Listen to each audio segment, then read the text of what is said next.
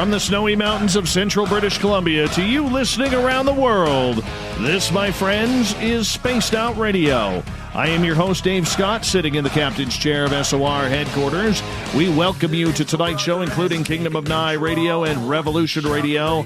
If you want to take a listen to our archives, they are free at youtube.com/Spaced Out Radio. Do me the favor, hit that subscribe button. Our website is spacedoutradio.com, where we have a plethora of features for you. Rock out to some Bumblefoot, do a little shopping at the SOR Vault. Grab a great book from We Read the Night. Join the Space Travelers for $5 a month, and Captain Shirk has you all up to date on the SOR Newswire. Tonight's show is brought to you by CHIVE Charities. Help make the world 10% happier by donating to CHIVE Charities today. You can find them on our website. Tonight we look into the minds of serial killers. What makes them tick? What draws out the impulse to kill? Is it mental or physical issues, or is it something more? One of the best researchers on this topic is author Alan R. Warren. He is one of the top writers of true crime in this genre on this continent. Alan started writing articles in True Case Files magazine and Serial Killer magazine. Since then, he has completed 9 true crime books. A couple of his bestsellers include Above Suspicion, the true story of Colonel Russell Williams, and Bloodthirst, the true story of the vampire killer of Canada, Deadly Betrayal. All of Alan's books can be found on Amazon in any major bookstores. Then at the bottom of hour number 3, I will bring you the news with the SOR Newswire. Alan R. Warren, it's been a long time since we've been able to try and put this together, but we're finally here. Thank you so much for coming on Spaced Out Radio for the first time. Glad to have you. It's my pleasure. Thank you for having me.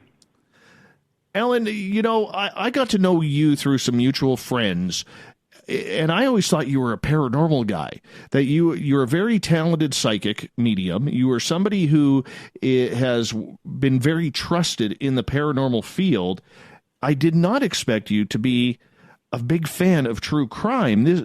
It totally goes off the grain of what I originally pictured you as. Well, I sort of think they're first cousins, it's a strange thing to say. But it's really dealing with things that happen to people. It's kind of like reporting a story. It's kind of going in and investigating. And death has a lot to do with life, and after death has a lot to do with paranormal. There is a connection.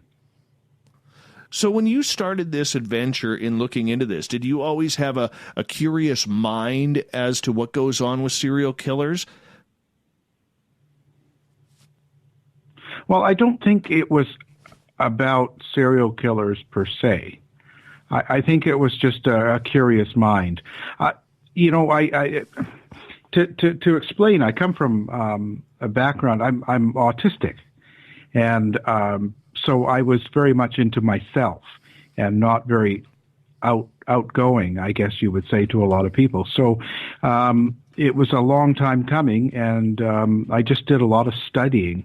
And it didn't really matter what it was. It was about why people do things. Mm-hmm. Mm-hmm. See, for myself, I look at it as I'm just intrigued with the entire aspect that somebody could hurt somebody or maim somebody or kill somebody. I just do not understand that. And recently I've caught myself catching a few documentaries on some strange cases. I recently watched one on Netflix about the former NFL star Aaron Hernandez, which was very strange and compelling. And, it kind of takes you down this whole rabbit hole of what kind of happens and why people do what they do. So for you, as you started to delve deeper into this, what did you find? Wow. The more you learn, the less you really understand, because there's so many things that draw people into this type of behavior, like Aaron Hernandez. Had a mental condition, but he also had a very kind of a self-hate for who he was. And there was a lot of aspects to that story. What can I say? I think that Netflix series left out a lot too. Oh yeah, absolutely. And I mean, you think about it. I mean, football being a rough, tough game, he had one of the worst cases of what they call CTE, which is literally brain damage for being such a young man in the sport. Along with the fact, when you combined that causes a lot of passive aggressiveness in people, and we've seen a high rate of suicide with former football players and even hockey players regarding CTE, combined with the fact that he was struggling, apparently, allegedly, according to this documentary and other people who've looked into it, with his own sexuality because he was bisexual, according to the documentary.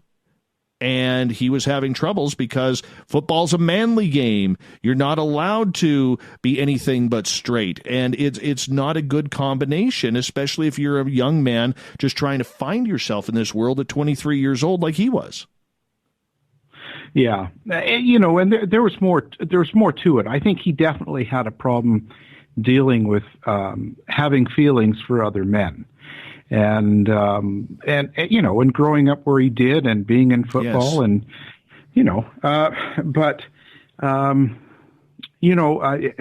There's so many cases like that. And does it really lead you to killing people like he did? What about all the others out there that have the same or even worse situations that don't go on the rampage and don't kill? Very true. By the way, a good friend of yours in our chat room, Bill Hauser, says to say hello to you. And I know you know Bill from Vancouver, and he comes on here to do some live ghost box sessions once every couple of months. We love Bill around here. Alan, when you look into, just in general, let's move aside from the Aaron Hernandez case in regards to that, and you have looked into serial killers around the world and around North America specifically, and it's such a difficult topic because we really can never get into the heads of the killer, no matter what they say in their testimony or in post interviews, pre-interviews, in their interrogation and the videos that we see with that. As you were starting to study this topic more and more and make this a career writing path for you, were you looking for any sort of patterns that followed each and every one? And were there any patterns? Well, actually, the cases I was choosing to write about it was more based on how the justice system handled it and how people were treated around it. So I was more interested in what happened to the victims, the victims' families, right. And even the criminal themselves, and that was more important to me than at the actual part of the killer, like what their mindsake was. I wanted to understand it, but why I chose these books, it was all on the whole story. For instance, there's Russell Williams, who was the Canadian, Colonel killer.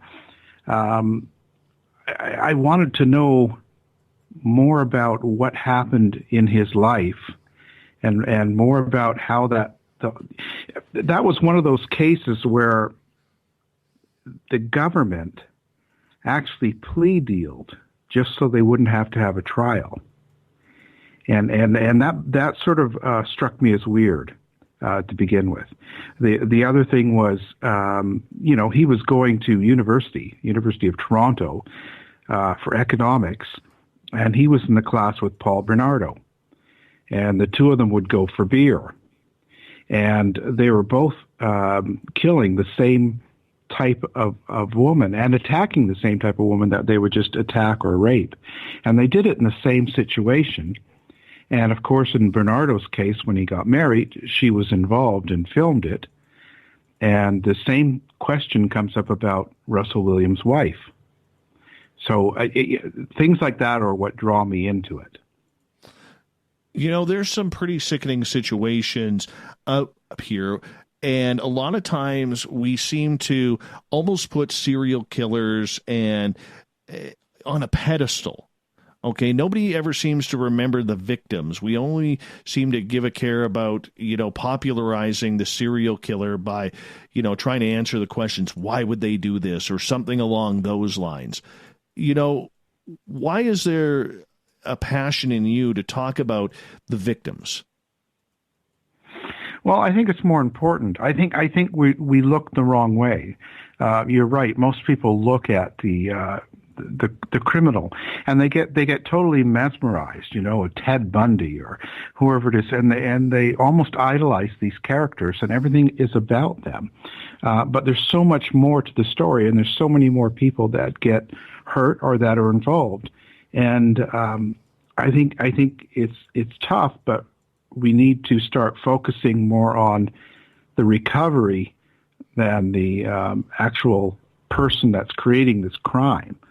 We'll never know exactly why someone does this, because most of these major serial killers that get put away, if they're alive and they don't get put to death, they don't really get studied. We don't really find out anything about them.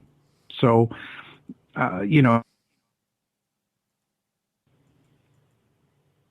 You kind of cut out there for a quick second, Alan. I don't know where I cut out, but I was going to say that anyway, it's the wrong direction to look in, is to try and figure out about the criminal. It's more about the victims and the families. Absolutely, and that's where the direction should be taken. Why do you think then, if we could just go down this path for a second, why do you think that we want to celebrate these serial killers in some sort of celebrity? Like you said, like Paul Bernardo was very popular. Robert Pickton was very popular. In the United States, Ted Bundy, the Zodiac Killer, the Green River Killer, Gary Ridgway, the BTK Killer, John Wayne Gacy. We could name a lot of them and continue along those lines. But why do you think that society, in your estimation, wants to make these people celebrity type? Oh, geez. I don't know if I could answer that. I don't know if I have a good answer for that. But in general, it seems to be we look for these types of characters. We like them, or I can't explain why. If it's sort of a cult situation that we become kind of a follower in a way. I don't know. It's a really interesting question, and I don't know that I'm qualified to get into why people do that. Yeah, I just find it strange. You hear these stories of like these school shooters, like that young kid, that 19-year-old kid who shot up the school in Florida a couple years ago now, and unfortunately killed a bunch of children. He was getting love letters sent to him by women, and it blew my mind reading about that here's this kid who's done this heinous crime, and we're trying to idolize this guy, and women are fawning over him, sending him underwear and pictures in lingerie where the kid just, took out a bunch of innocent children. It just blows my mind. You mean you don't send them your underwear? No. No, I don't think anybody wants that. No, I'll tell you what. I've been working on a book for a couple of years, and you probably remember it, the Wells Gray murders, Wells Gray Park, in the 80s, early 80s. The family went camping. There was the grandparents, the parents, and the two daughters. The daughters were 8 and 11, and they were from West Bank, West Kelowna, and the parents came from Alberta, the grandparents. So they all met up in Wells Gray Park and were camping. And along came a guy called David Shering. And what David Shering did was watch them for a couple of days while they were camping. And after the kids got put to bed, he went and shot the four adults, and he burned them in their camper. And he went into the tent and grabbed the two little girls and took them back to his trailer.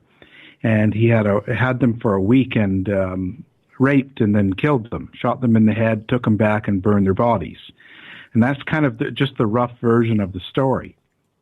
And why I talk about this is because he ended up bargaining with the RCMP to give evidence of where the body was. He ended up with second-degree murder charges.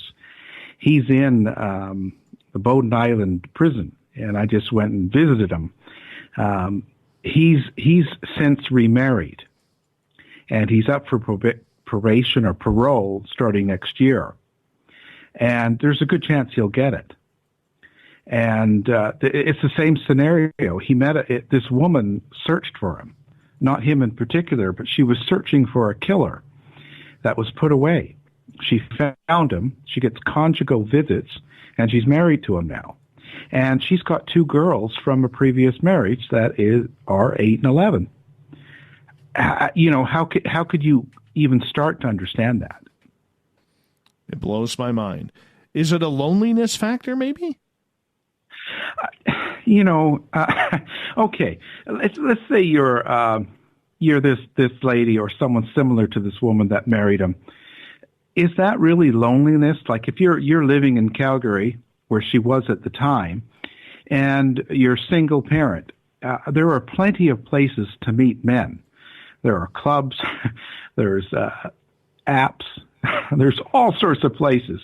And you can't tell me, out of all the places you can look, that actually looking through prisons for people that were murderers and rapists is kind of an ideal location. What would be the purpose of that? It's not like they're making good money. It's not like they're really good people. I don't understand choosing a prison to find your mate. It sounds a little different, doesn't it? I mean, there's got to be psychological problems there at some point on the person who wants to celebrate this type of animalistic person who is in prison. Well, that's my thought.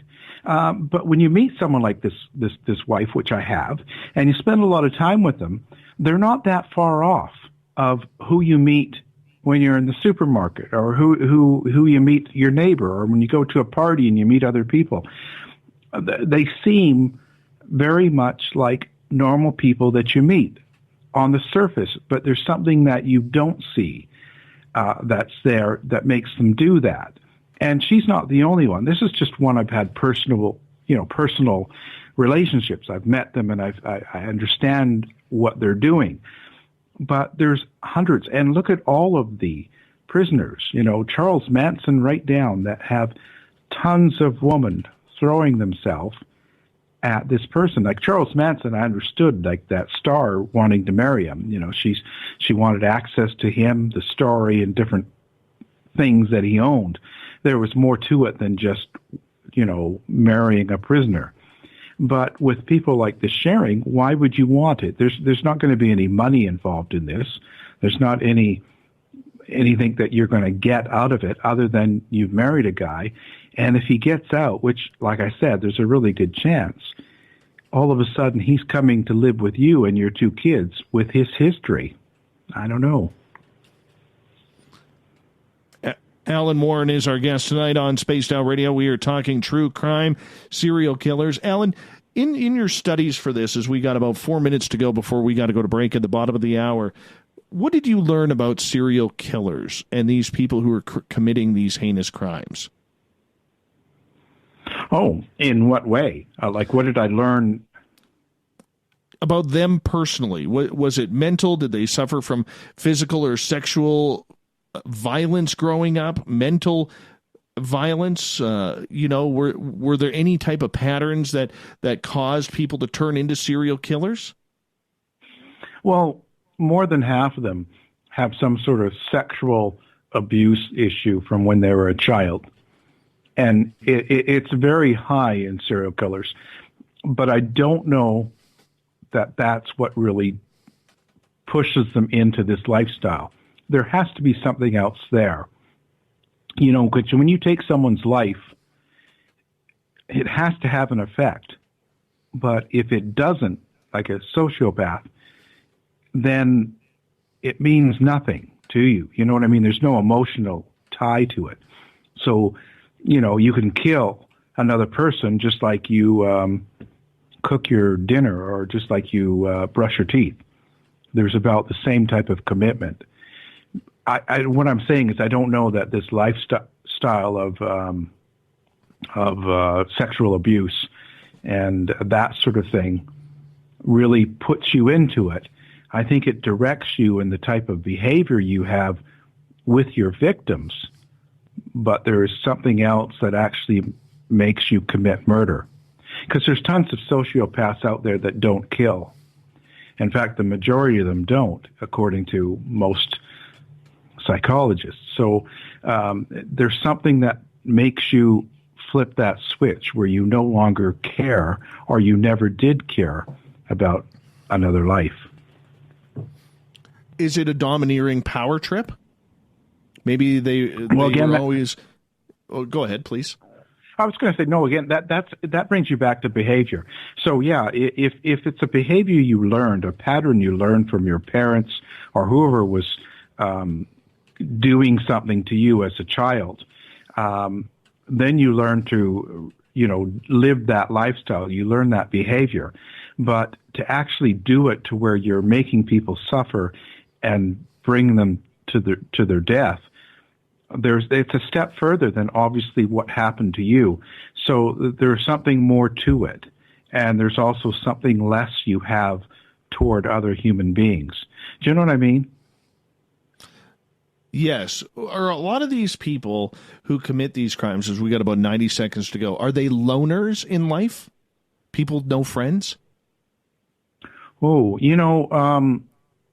yeah, no, not again. Maybe half of the people I've come across were what you'd consider loners, or they spent a lot of time pretty much to themselves, had very few friends, and a little bit of a social life, but nothing major. But there was people like Russell Williams or Rodney Alcala that had huge social life, plenty of girlfriends, plenty of things that they did. They were totally involved in society, friends, family, everything. So it's kind of again, that's behavior. Behavior isn't always about the killing. It's almost like a surface lifestyle that you let other people see, but it's not really who you are. So it's not like a fetish or anything. No, the fetish in itself. Of whatever you have for a fetish would be something that would be let's say, a spice to what you're doing. If you're actually killing humans, the drive for you to kill is different than the fetish or the things that you do to them. I don't know right. if that that's just kind of adds flavor to what they're doing. Correct. All right, we're going to get into more serial killers and the way they respond, and we're going to get into some of the books and cases that author Alan R. Warren has checked out. Make sure you go on his website, alanrwarren.com. We'll be back with more serial killer talk right after this on Spaced Out Radio.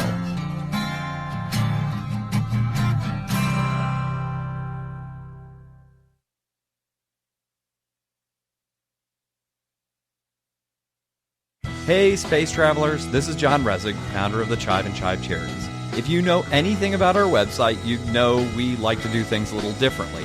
We're not some faceless organization collecting money for a nebulous cause. Our donor dollars go directly toward life-improving items. Then we give those items directly to an underdog who needs it most. To become a donor with Spaced Out Radio's official charity, CHIVE Charities, just go to chivecharities.org/donate. From the heartlands of Canada to beards around the world, we know how to take care of you. Fill your follicles with the Mighty Moose Beard Oil. All our oils and balms are handmade and 100% natural ingredients because we care about your beard. And hey, use the promo code SOR2019 and get your Mighty Moose Beard Oil today. You can check us out on our website, mightymoosebeard.com.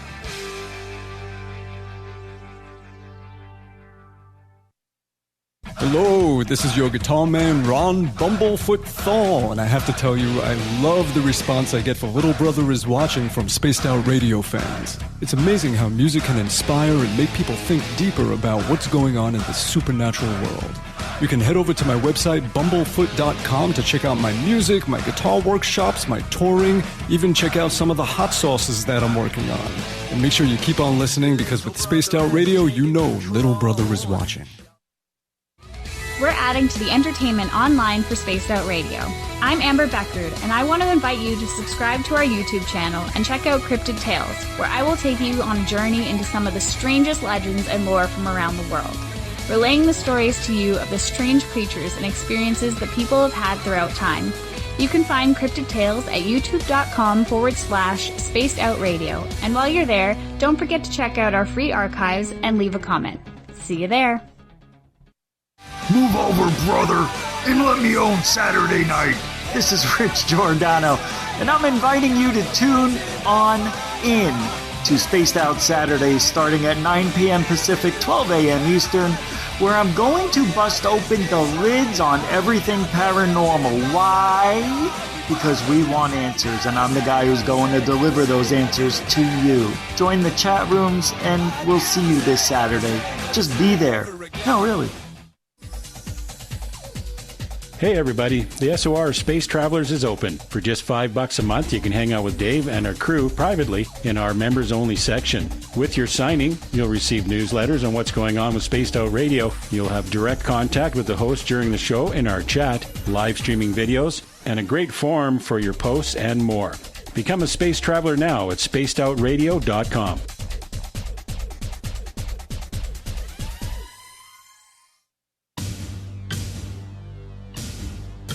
You wanted new SOR gear, and now you can have it. The SOR Vault is fully stocked with t-shirts, hats, hoodies, mugs, and everything in between, with great logos for you to choose from. So head on over to spacedoutradio.com, click on the SOR Vault, and go shopping. Pricing is quite affordable, and you can look good representing your favorite show. So go to our website and pick up your new SOR wear at the SOR Vault today.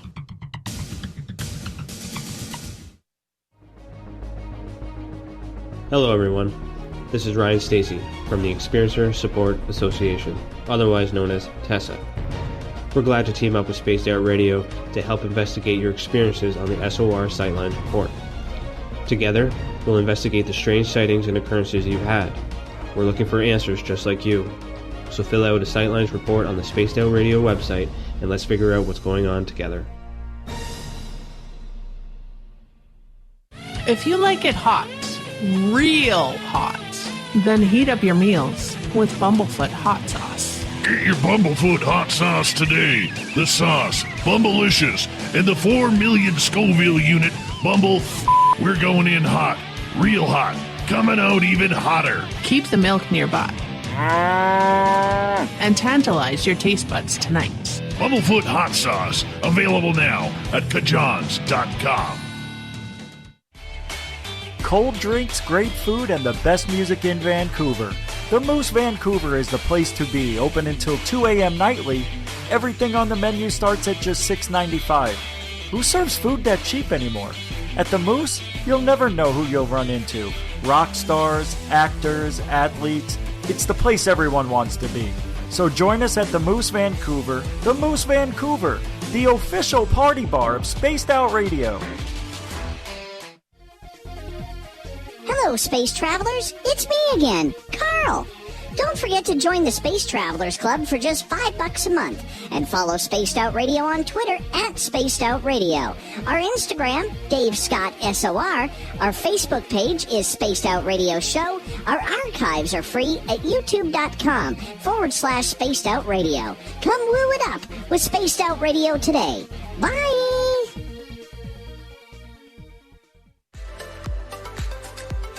Are you looking for great advertising value for your company? Look no further than Spaced Out Radio. We have a multitude of places to get your name out there, including commercial ads during the show, special promotions, and banners on our website. Our audience is proven to support the companies that support our show. We can make your budget work for you. So for more information, please contact us at sales@spacedoutradio.com. At spacedoutradio.com, we are keeping you up to date on all the news with the SOR Newswire. Captain Shirk leads the team that is bringing you the news of the day and exclusive stories on everything paranormal and supernatural. It's free to read, it's updated daily, and it's right there for you. The SOR Newswire is a one-stop shop for the news of the day. Check it out at spacedoutradio.com today.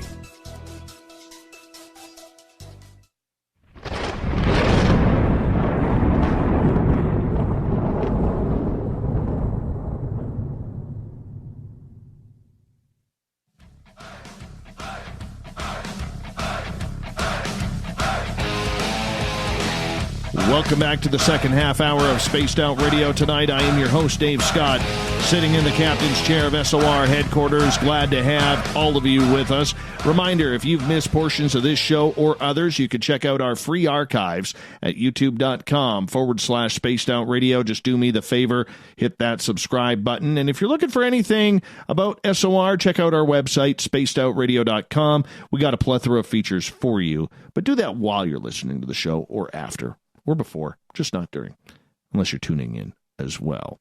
We're talking serial killers tonight on Spaced Out Radio. One of the most talented authors in North America covering and writing about this subject is Alan R. Warren. His website, Alan with one L, rwarren.com. If you want to check him on out, I highly suggest you do. Alan, right before the break, we were talking about the mind of a serial killer and kind of how they formulate what they are going to do. And I wanted to hit you up with this question.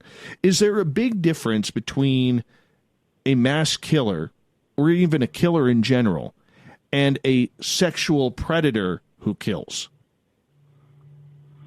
Oh, yeah, there can be, because quite a few sexual predators ended up killing, like Russell Williams.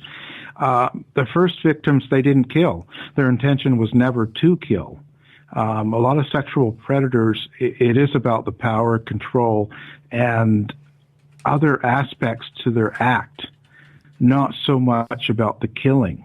The killing comes later. And quite often it wasn't necessarily intentional.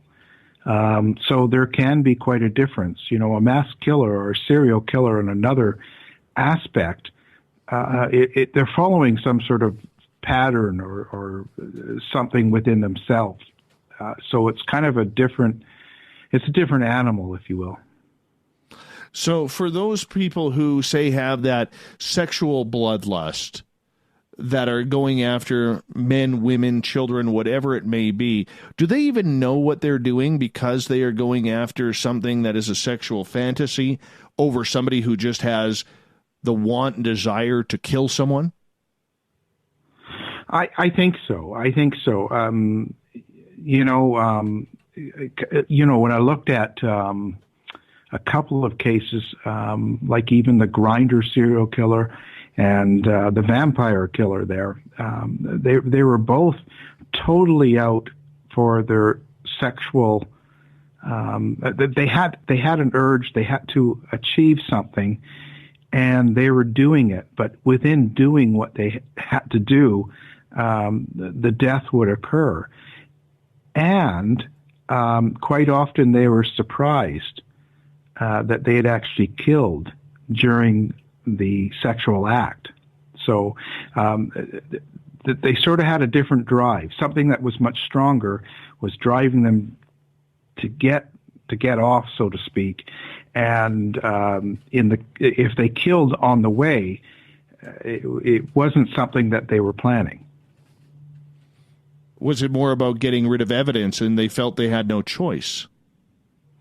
No, actually, in these cases, no. There are cases like that. But when you look at both of those cases, they didn't care about the evidence. The evidence was actually a lot of what caught them. But you see, because they didn't sit there and plot out, oh, I'm going to get this person and I'm going to, kill them. It was sort of something, like the vampire killer would get into relationships and ended up killing his date, but that wasn't. He wasn't going into it for that. So a lot of times evidence was just there because, it just sort of happened and there was too much to cover up. So for the person who just has the fetish that everything's going wrong in their life, they don't want to live, and it's become almost a societal norm now that if you're going to try and commit suicide, you might as well take a bunch of people out with you, whether you know them or not. How does that differ then? Is that just a mental issue from depression, anxiety, other mental disorders? Yeah, and those types of killers tend to be considered more mass or spree killers because their intention is not to get out of it alive. So many of the school shooters or the theater, Joker, and all those people, for the most part, they're not looking at getting out of this alive. The guy in Vegas, they're going into it, and they're in a lot of pain, and they're taking out many people as they can. But they're not coming out of it alive. In their mind, they're going to die.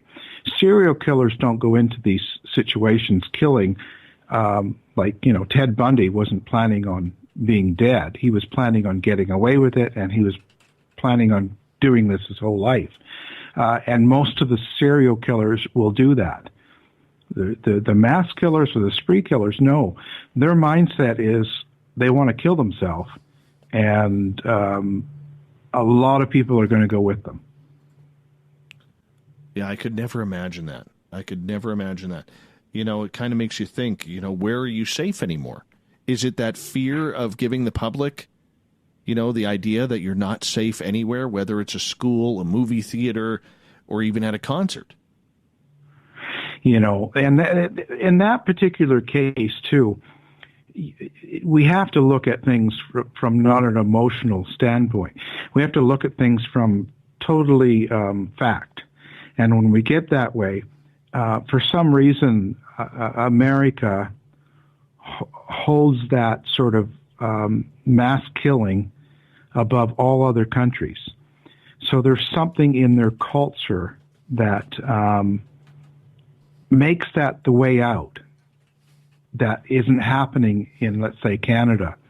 It might happen, but not the same degree of what's going on down there. Last year, they had over 300 spree killings, mass killings of 4 or more in that sort of situation. So that's one a day. No other country can do that. Mm-hmm. Mm-hmm. And this isn't and it's not a gun. It's not about guns or anything. I'm not talking about that. There's something within the culture itself that people turn to that way of dying. Like, I'm going to go on top of a hotel and shoot 50 people and kill myself. That's something within the culture that makes them do it because there's something different about that country. Of course, other countries like Canada have a lot stricter gun laws, but there would still be an equivalent going on up here as what would be going on down there. It's just there's something about their culture. Alan R. Warren is our guest tonight on Spaced Out Radio, talking serial killers. And I want to get to just a couple more questions because at the top of the hour, I want to get into some of the studies that you have worked on. And usually I bring questions in hour number 2 from our audience, but I think I'm going to ask a couple right now. We're going to start with Marty in Las Vegas. He's a military veteran. Hi, Marty. Thank you for serving. We always like to point out our veterans who listen to this show. And he is asking, Alan, what about the connection with animal abusers who later go on to be human serial killers? Well, I think it's part of the pattern. Like Jeffrey Dahmer and actually quite a few of these serial killers. It's part of their abuse.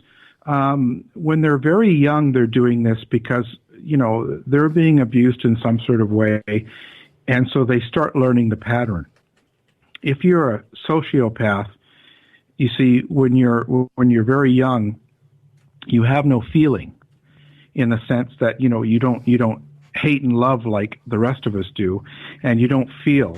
So when they're very young, they start to emulate behavior of their parents or adults. You go to a funeral and they're 5 years old, and the parents are all crying. Everyone's crying at the funeral, and they don't understand why. They don't feel like crying. So some of them will learn to emulate and pretend to cry like their parents, and they start moving onwards.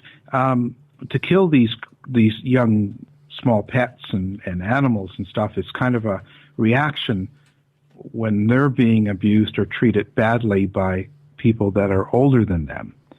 So that's where they learn the behavior. See, and they don't feel anything. They go kill the neighbor's dog. There's no emotion in that.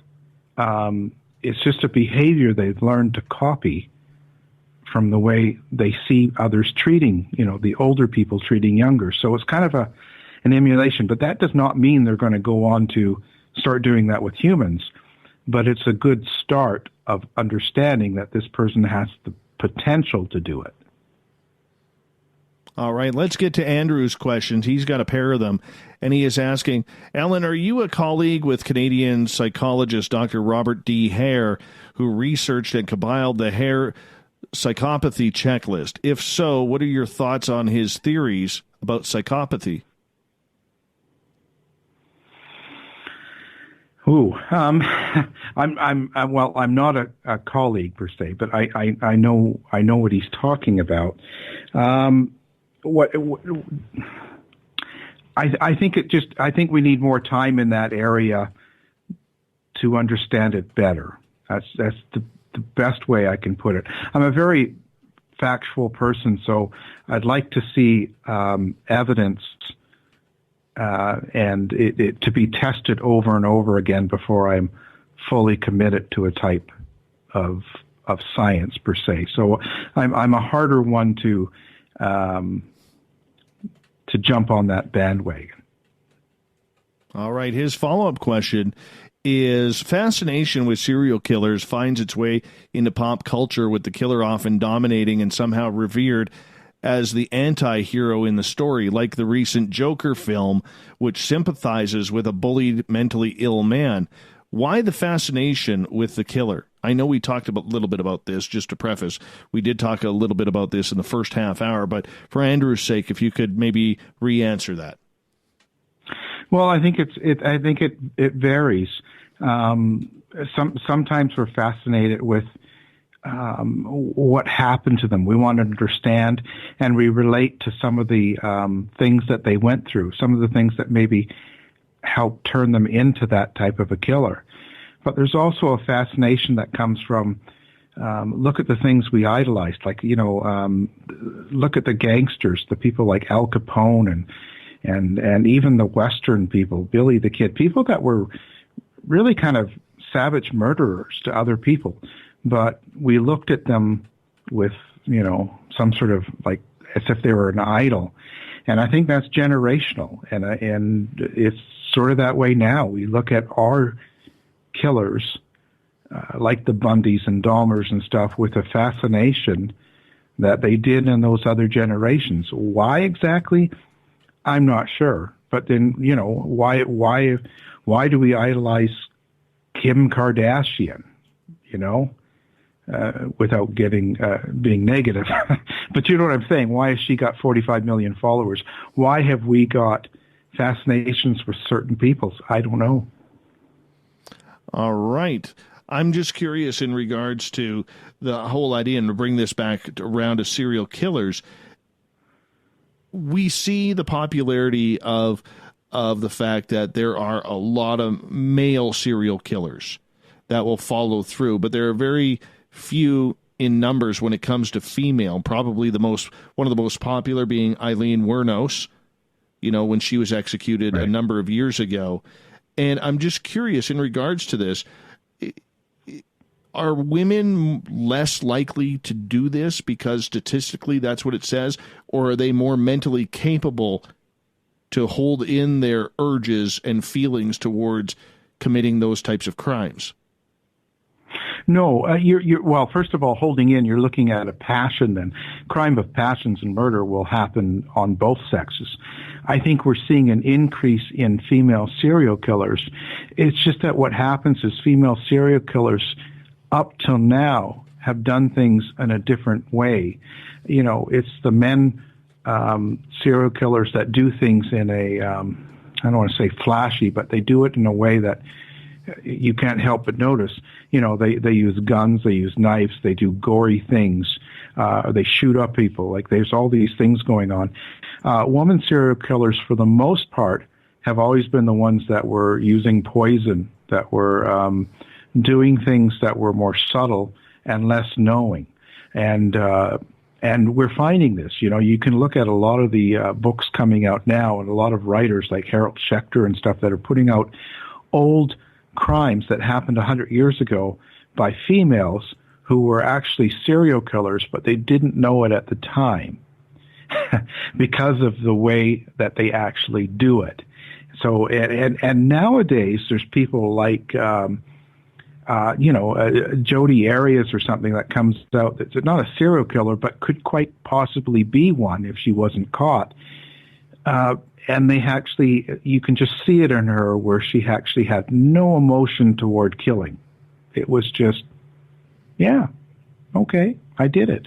It was not, there's no feeling. So I think you're going to start seeing more females taking the attention and getting the media starting to talk about them. But I there's been the largest increase in serial killers have been in women. So we're yet to see where that goes.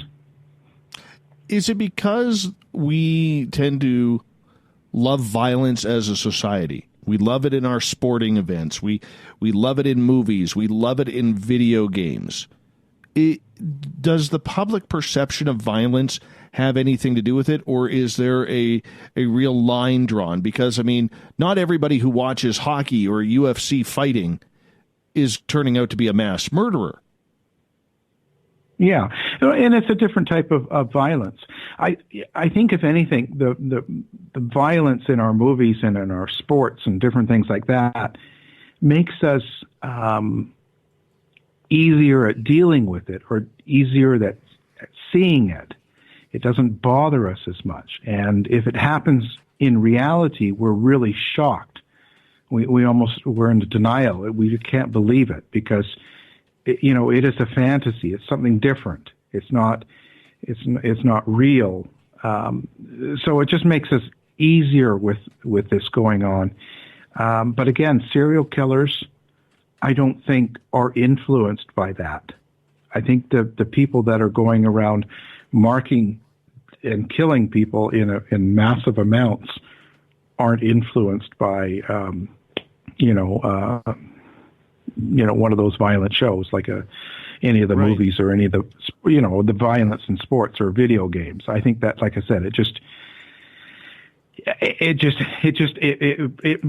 might expose someone to someone that's a little more easy to kill their girlfriend or boyfriend, or something happens in there and they fly off the handle. It might sort of it might help that out more, but I don't think it helps it in a serial killer. What about pornography? Well, again, you're talking behavior.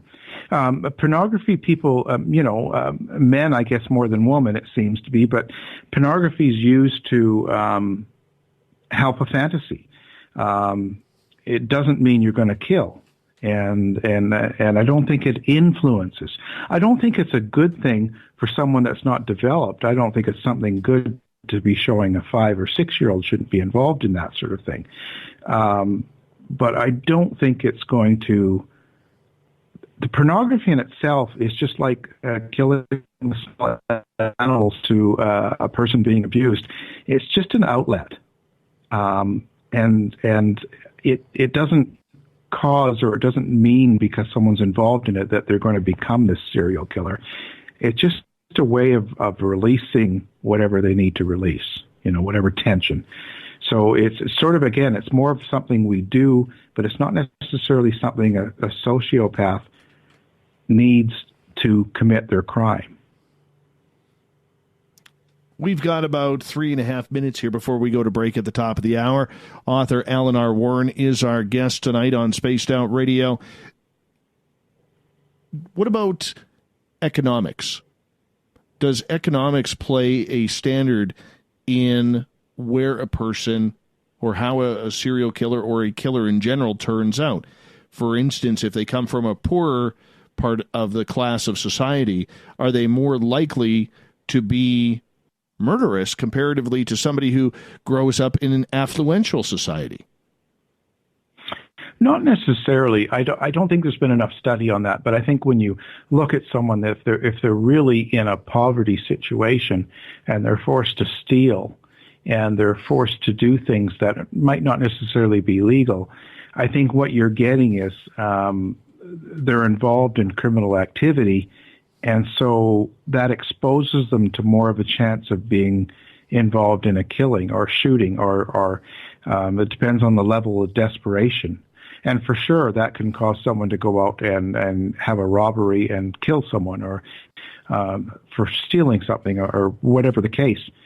But again, I don't think that ties in with serial killers or even mass killers for the most part. Very interesting indeed.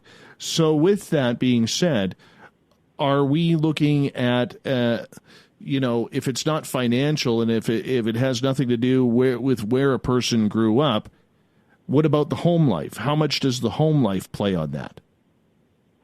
I think it's much the same. I like I said, it depends. I think what it is you have to look at someone, if they're born and they're a sociopath and they have this no emotion or feeling toward other humans, any different than, let's say, the pen in front of you or the paper or your microphone. They feel the same thing about humans as they do about these objects that are around us. So in that particular case, all the home life does, if it's bad, is teaches a sociopath behavior that they'll actually take out on their victims.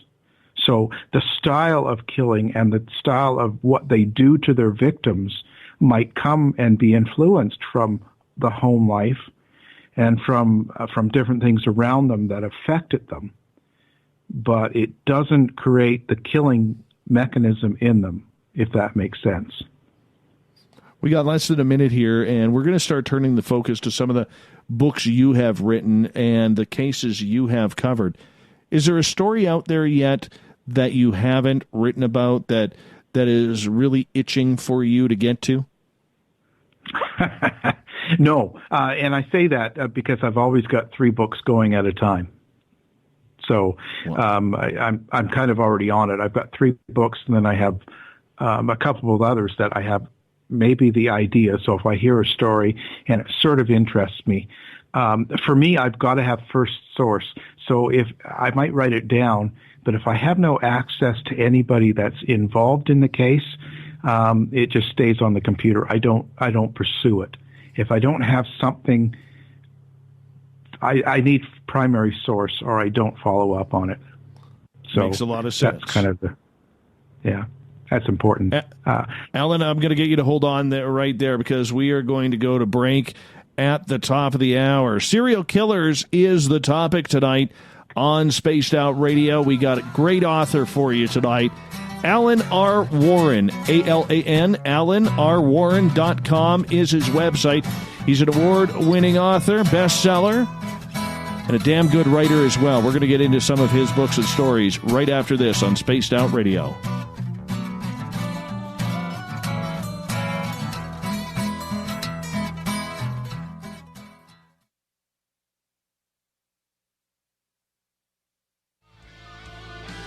A little bit of science, a little bit of skepticism. Add a dash of snark and you have the makings of Spaced Out Sundays with me, Everett Thielen.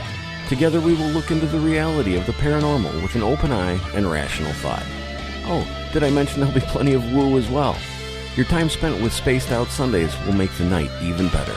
The chat rooms are open, 9:06 p.m. Pacific, 12:06 a.m. Eastern, right here at spacedoutradio.com. Visit purpleplates.com today. For over 40 years, the Purple Energy Plates have been delivering amazing results for their many customers.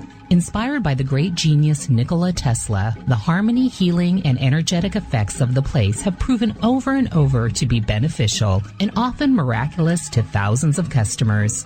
Check their site for daily specials and choose from their many energy products. You won't be sorry. Visit them today at purpleplates.com. We are scouring the world for the most intriguing stories of your day. Take the time to read up on the SOR Newswire, where our team, led by Captain Shirk, will deliver to you some of the best paranormal and supernatural news, along with some stories that will blow your mind from the weird to the wacky. It's the news outside the news that piques interest, and that's what we're looking to deliver to you.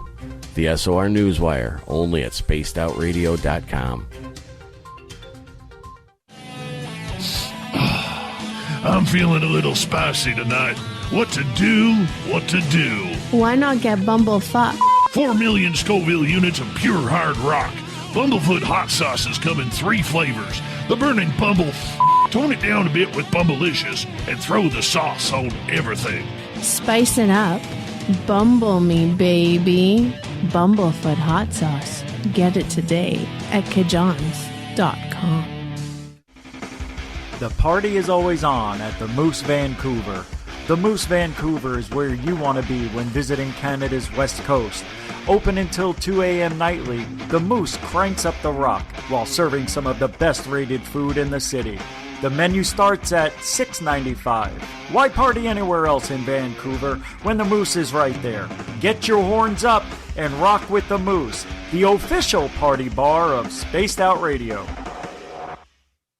Hi, this is Amber Beckrud, and I want to invite you to subscribe to our YouTube channel where we store all of the SOR show archives for free. And as an added bonus, every 2 weeks I'm posting brand new content on Cryptid Tales, where I will get into some of the spookier legends and folklore from around the world and tell the stories that go with them.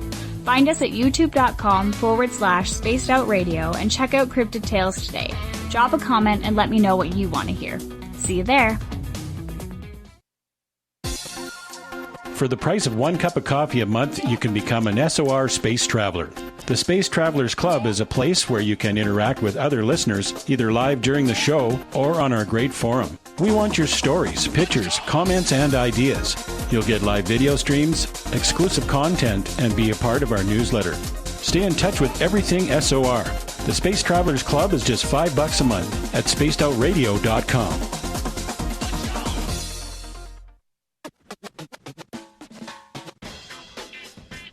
The SOR Vault is open for business, and do we have some cool swag for you to pick up?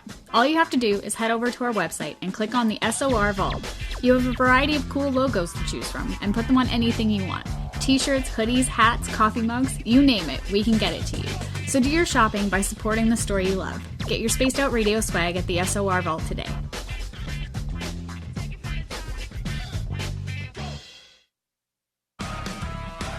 Get your horns up with me on Spaced Out Radio. This is Ron Bumblefoot THAL. Come tune in to SOR where you can hear me rock out with Little Brother is Watching, the official theme song of Spaced Out Radio. And then come on over to bumblefoot.com where you can find out about my tour schedule, my music, and everything else. Bumblefoot.com keeps you up to date on what I'm doing and the best way to stay in touch with my music and music camps. Sign up for my newsletter at bumblefoot.com and remember, Little Brother is Watching. Hello, Space Travelers. It's me again, Carl. Don't forget to join the Space Travelers Club for just $5 a month and follow Spaced Out Radio on Twitter at Spaced Out Radio. Our Instagram, Dave Scott SOR. Our Facebook page is Spaced Out Radio Show. Our archives are free at youtube.com/Spaced Out Radio. Come woo it up with Spaced Out Radio today. Bye!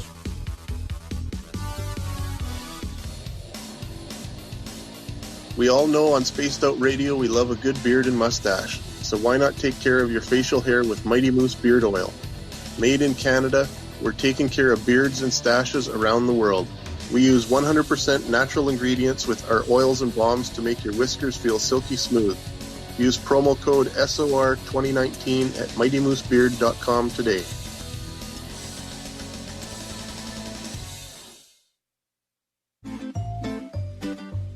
Looking for creative ways to get your company out in the public?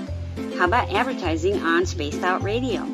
Our sales department is waiting to hear from you, and we can work around any budget. From commercial spots to banners to special promotions, there are many opportunities to get your name and product out to our SOR listeners. For a price guide and more information, please contact us at sales@spacedoutradio.com. Hi there, this is Geraldine Orozco from San Francisco's Bay Area Meditation. I invite you to join me the first Tuesday of every month with Dave Scott for Spaced Out Radio's The Spiritual You. In this fast-paced world we live in, it's time for you to take some time for you. We'll cover every possible subject from powerful meditation to healing techniques to your own intuition and spirituality. So come join us for The Spiritual You. Are you intrigued by Paranormal Talk Radio? You'll love the new Paranormal Radio app from TalkStream Live. You'll find a great selection of talk shows covering UFOs, ghosts, strange phenomena, and much more. Download the Paranormal Radio app now and start listening to the very best in paranormal talk entertainment, including the network you're listening to right now, the Paranormal Radio app, free in Google Play and the iOS App Store. Are you an experiencer of something strange that can't be explained? Do you want help finding out what's going on? I'm Ryan Stacy, head of the Experiencer Support Association, otherwise known as TESA. We've teamed up with Spaced Out Radio to investigate cases filled out in the SOR Sightlines report. We are independent and there's no cost to what we do. All we need is your experience. Let's find out what's happening together on the SOR Sightlines report.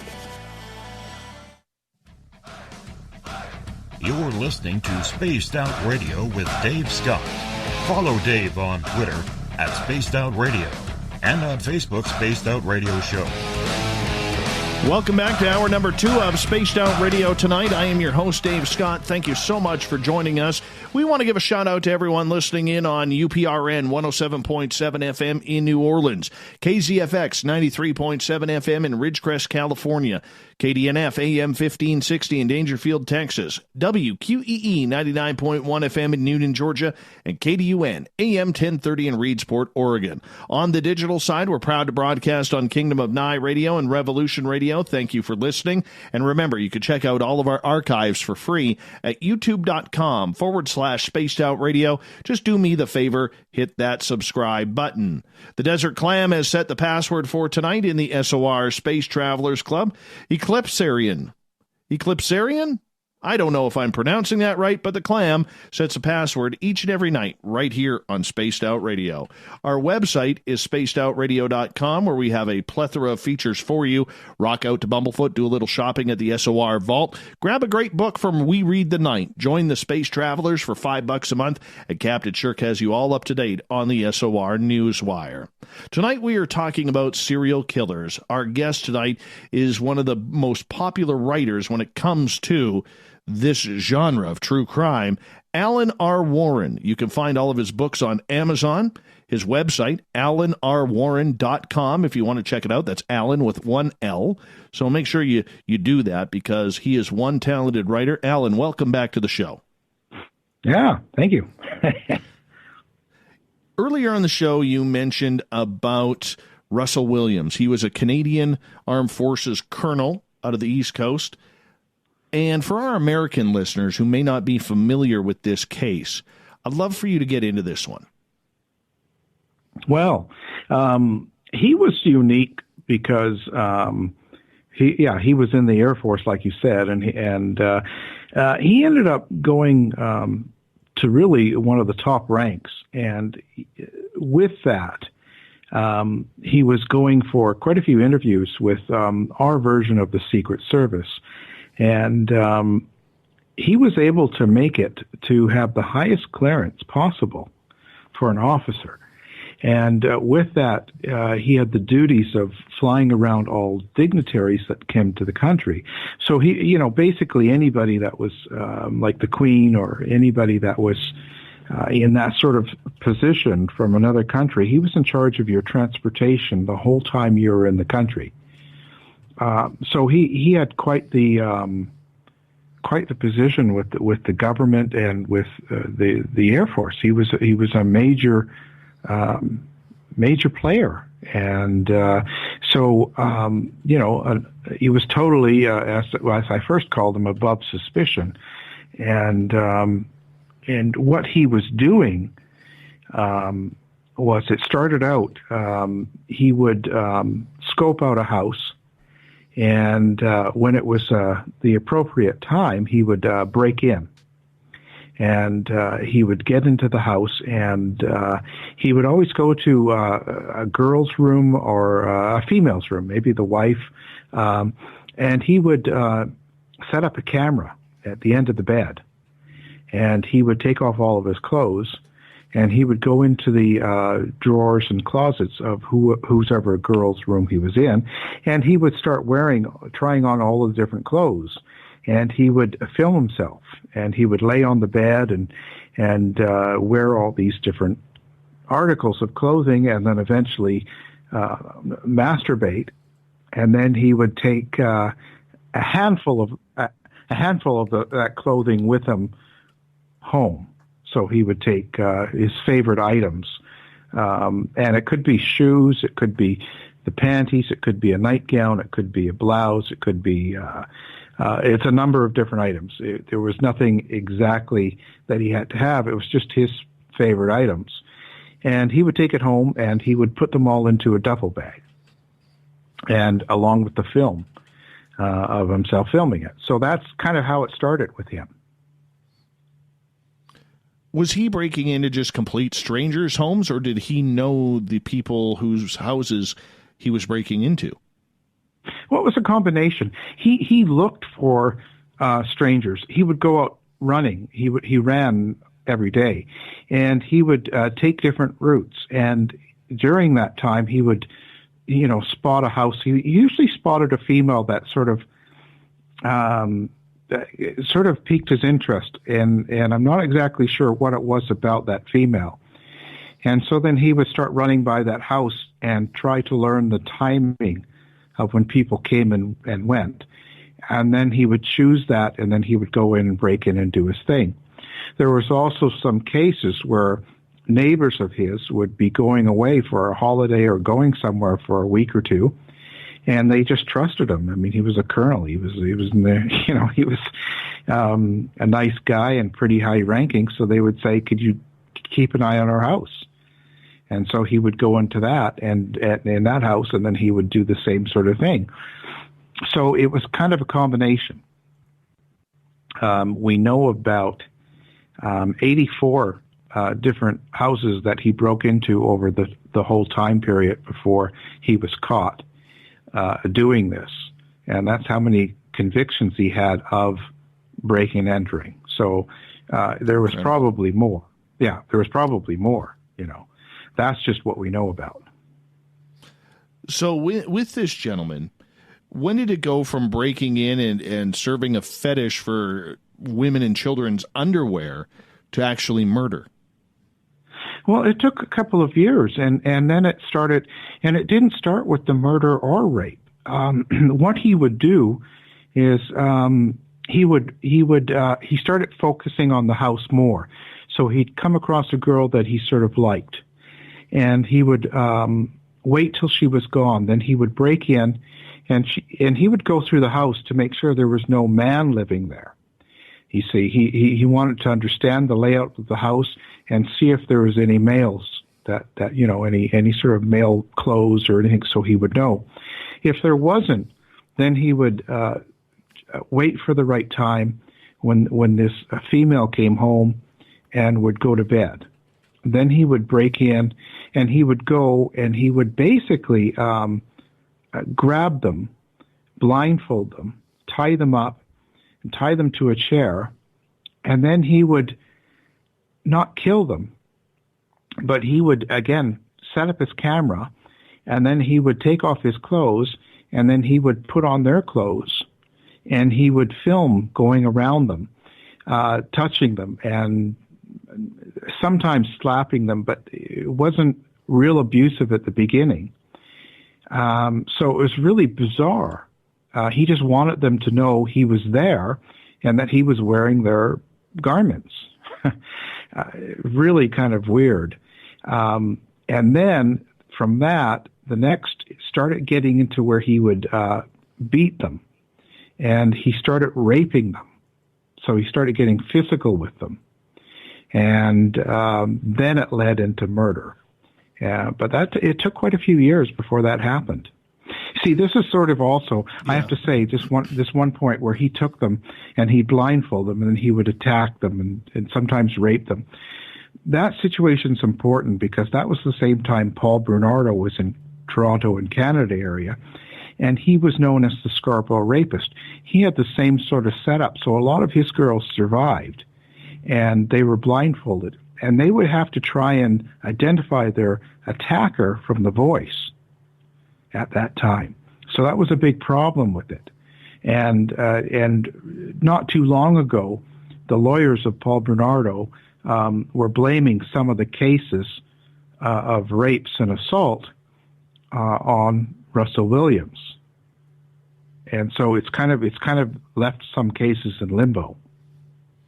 How is he able, Russell Williams that is, able to draw a line between his personal desires and fetishes and violence and still hold down a respected position in the Canadian Armed Forces? Oh, geez, it's so hard to say. He dedicated his life to the services, the armed forces, and to this lifestyle. That was what his dedications were, so he was doing one or the other.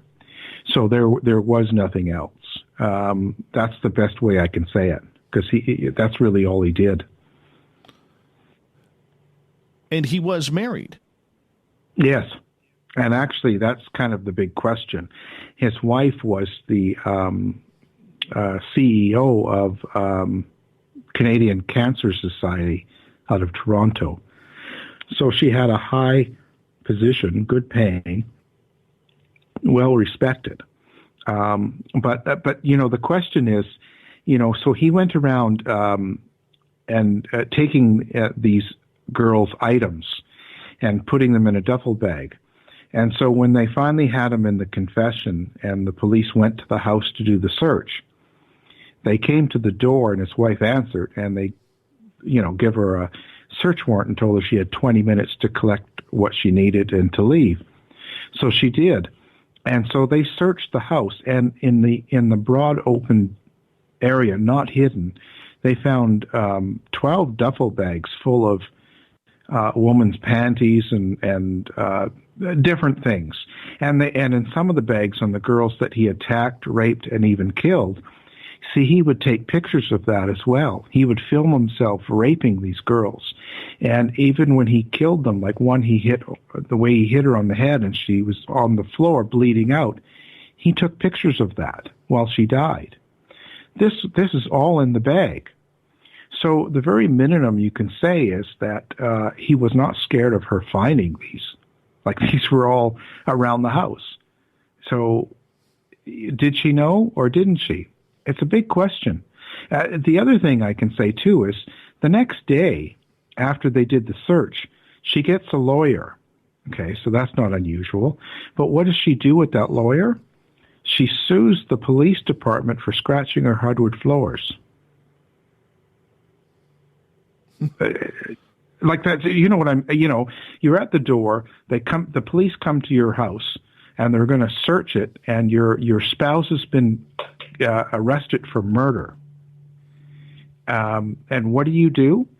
You get a lawyer and sue them for scratching your hardwood floors the next day? That's almost bizarre perverse behavior on its own.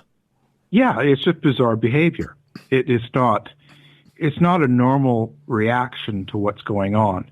And when our Supreme Court in Canada decided that she, as a spouse, could be held liable against the victims and the victims' families of Russell Williams, she paid out all the lawsuits. She had up to $7 million in lawsuits. She paid them all out, and she left the country. She went back to England, where she was originally from. So, suspicion all the way around this woman. And I leave it that way in the book because do we have definite proof? No. But I just lay it out, and this is what we know. So take it as it is. That is just freaky. That is just completely freaky. Just even thinking about that. That is... I don't even know how you would be able to bypass the spouse on that. Yeah. Well, that's, and that's why it's so unusual that he happens to be taking economics in U of T with Paul Bernardo, and Paul Bernardo's wife was involved in his, assaults. It just sort of, isn't that, it's just sort of a coincidence, or is it just, whether you believe in coincidences or not, but it's sure a bizarre alignment between them. That's the least you can say. Author Alan R. Warren is our guest tonight on Spaced Out Radio. We are talking serial killers tonight. So with this gentleman, all right, Russell Williams, how was he caught? Well, it was really good police work, I will say. You don't hear that a lot of times with these cases, but he actually, okay, so I have to explain. So on this girl that he actually ended up killing, he scoped her out, he broke into her house, and then he attacked her, and he raped her for hours. And now this one he decided he was going to take home. He didn't kill her in her house. So he dragged her out to his vehicle and drove home. Now, I'm telling you this story because this is really bizarre. So he attacks and rapes this girl for about 4 hours, makes her shower, then he dresses her, takes her back to his place, ties her up in the basement. Okay? Then he goes into a meeting with the Secret Service for a 4-hour interview for a classification to raise something to get him so he had higher clearance. And after that 4 hours, he comes back, and then he rapes her again and then kills her. And then he disposes of the body. During that whole 4 hours with his clearance interview, none of them had a clue. He showed no signs of any sort of emotional strain or stress or anything. And so this is after spending, not sleeping at all, spending most of the night attacking and raping, taking her home, and then coming into the meeting, going back again and finishing the job. And they were not able to detect any variance in his behavior and his attitude. So that's a major point in this case of showing how someone that actually does not feel. And so when they don't feel, there's no way of detecting it, And so when you say, how did he get caught? When he was there with that vehicle, it was still really muddy and close to freezing. So he left his tire tracks on the field beside this woman's house that he took home. So they had an imprint of the vehicle tire, and they sort of had an idea of what they were looking for. So the police set up a roadblock, and he happened to be driving that vehicle at the time when he went through the roadblock. A sharp officer noticed it and reported it to the detectives. And that's kind of where it all led to. That was the start of it. They brought him in for questioning, and that interview is actually on YouTube. And with the book, I actually had the whole interview placed in there. And what I did was I had a lie detector specialist, Stephen Lampley, review the whole interview and to tell you the details about the interview, where the person lied, and what was the deception and what was true, what wasn't. So it was really interesting. That was really the key to it all. We've got about 4 minutes here before we got to go to break at the bottom of the hour. Author Alan R. Warren is our guest tonight. Alan, what about the victims? Who were they, and what was their relation to this killer? Well, the two victims that we know he killed, one was a corporal that actually he had done an assignment with and flying dignitaries around Canada. Now, and he even spoke at her funeral. So relationship-wise, that was it. Like he had done one event with her, and that was it. The other victims, he didn't know. He didn't have a history with. So they were like neighbors, or they were just people he spotted blocks away. They might have been out jogging, or he saw one woman through her living room window. She had the curtains open, and she was riding an exercise bike. And that's when he spotted her, and then so he sought her out. So it wasn't like they were particularly known to him, other than, him coming across, spotting it by accident. So no relationships. Interesting. Now with these victims that he took their precious lives from, were they just innocent bystanders that were, just saw a handsome man?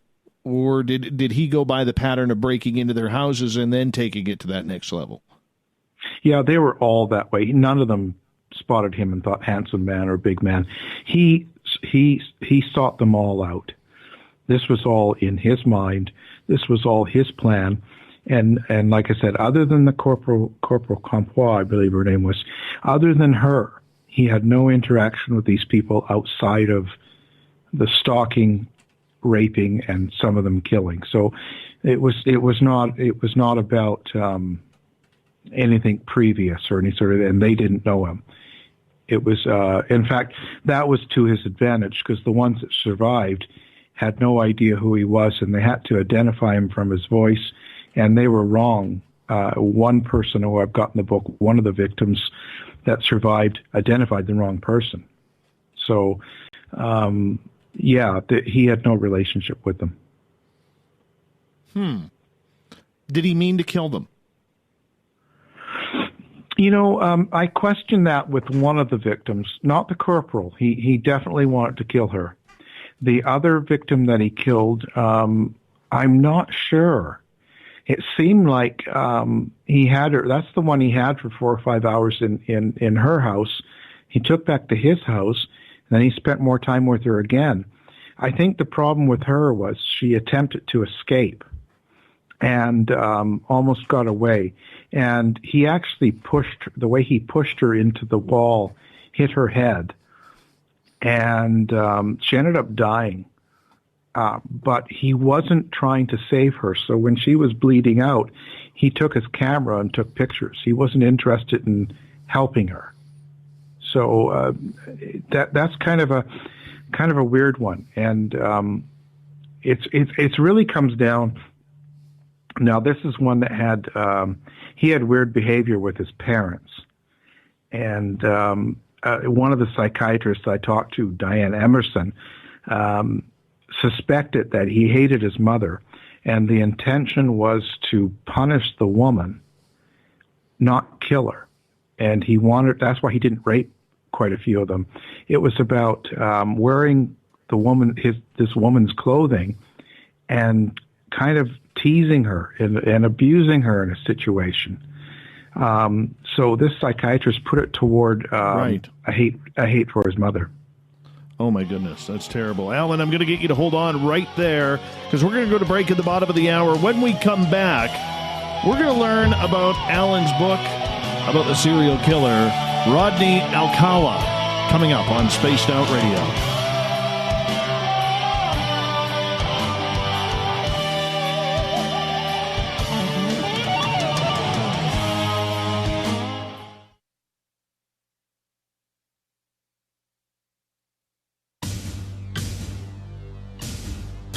You wanted new SOR gear, and now you can have it. The SOR Vault is fully stocked with t-shirts, hats, hoodies, mugs, and everything in between, with great logos for you to choose from.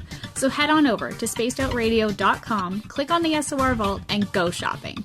Pricing is quite affordable, and you can look good representing your favorite show. So go to our website and pick up your new SOR wear at the SOR Vault today. we're adding to the entertainment online for Spaced Out Radio. I'm Amber Beckard, and I want to invite you to subscribe to our YouTube channel and check out Cryptid Tales, where I will take you on a journey into some of the strangest legends and lore from around the world, relaying the stories to you of the strange creatures and experiences that people have had throughout time. You can find Cryptid Tales at youtube.com/Spaced Out Radio. And while you're there, don't forget to check out our free archives and leave a comment. See you there. At spacedoutradio.com, we are keeping you up to date on all the news with the SOR Newswire. Captain Shirk leads the team that is bringing you the news of the day and exclusive stories on everything paranormal and supernatural. It's free to read, it's updated daily, and it's right there for you. The SOR Newswire is a one-stop shop for the news of the day. Check it out at spacedoutradio.com today. Cold drinks, great food, and the best music in Vancouver. The Moose Vancouver is the place to be, open until 2 a.m. nightly. Everything on the menu starts at just $6.95. Who serves food that cheap anymore? At the Moose, you'll never know who you'll run into. Rock stars, actors, athletes. It's the place everyone wants to be. So join us at the Moose Vancouver, the official party bar of Spaced Out Radio. If you like it hot, real hot, then heat up your meals with Bumblefoot hot sauce. Get your Bumblefoot hot sauce today. The sauce, Bumblelicious, and the 4 million Scoville unit We're going in hot, real hot, coming out even hotter. Keep the milk nearby and tantalize your taste buds tonight. Bumblefoot hot sauce, available now at kajans.com. Are you looking for great advertising value for your company? Look no further than Spaced Out Radio. We have a multitude of places to get your name out there, including commercial ads during the show, special promotions, and banners on our website. Our audience is proven to support the companies that support our show. We can make your budget work for you. So for more information, please contact us at sales@spacedoutradio.com.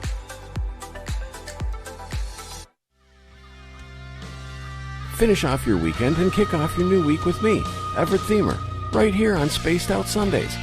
I'm going to bring you great guests, a little bit of snark, and plenty of information to think about. But don't worry, there's going to be plenty of woo as well. We are going to hit everything in the paranormal and supernatural, including the odd psychic Sundays. So tune us in on Sunday, 9:06 p.m. Pacific, 12:06 a.m. Eastern, right here at spacedoutradio.com.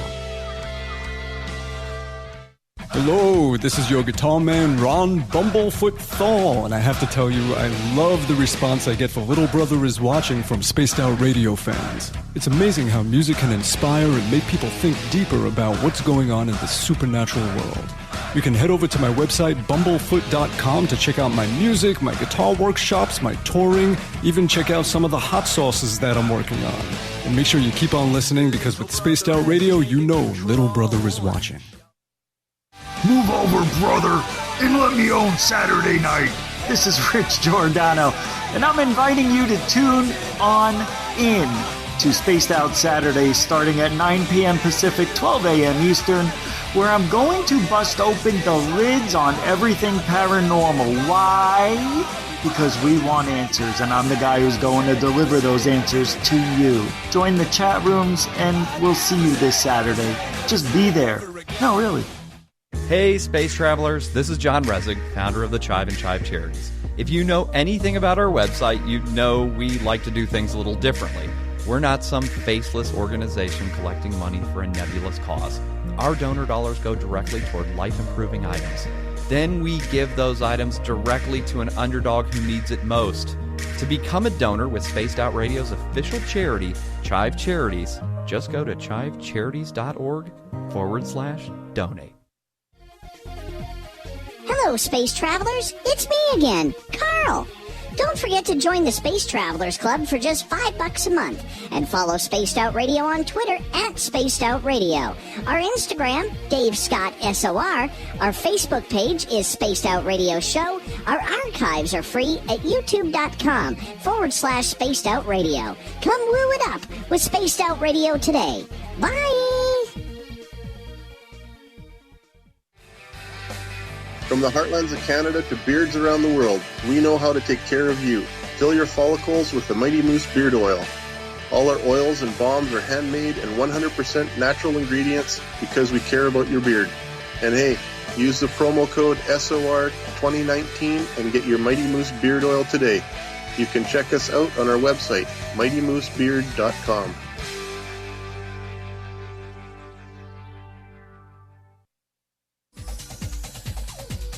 Hey everybody, the SOR Space Travelers is open. For just $5 a month, you can hang out with Dave and our crew privately in our members-only section. With your signing, you'll receive newsletters on what's going on with Spaced Out Radio. You'll have direct contact with the host during the show in our chat, live streaming videos, and a great forum for your posts and more. Become a space traveler now at spacedoutradio.com.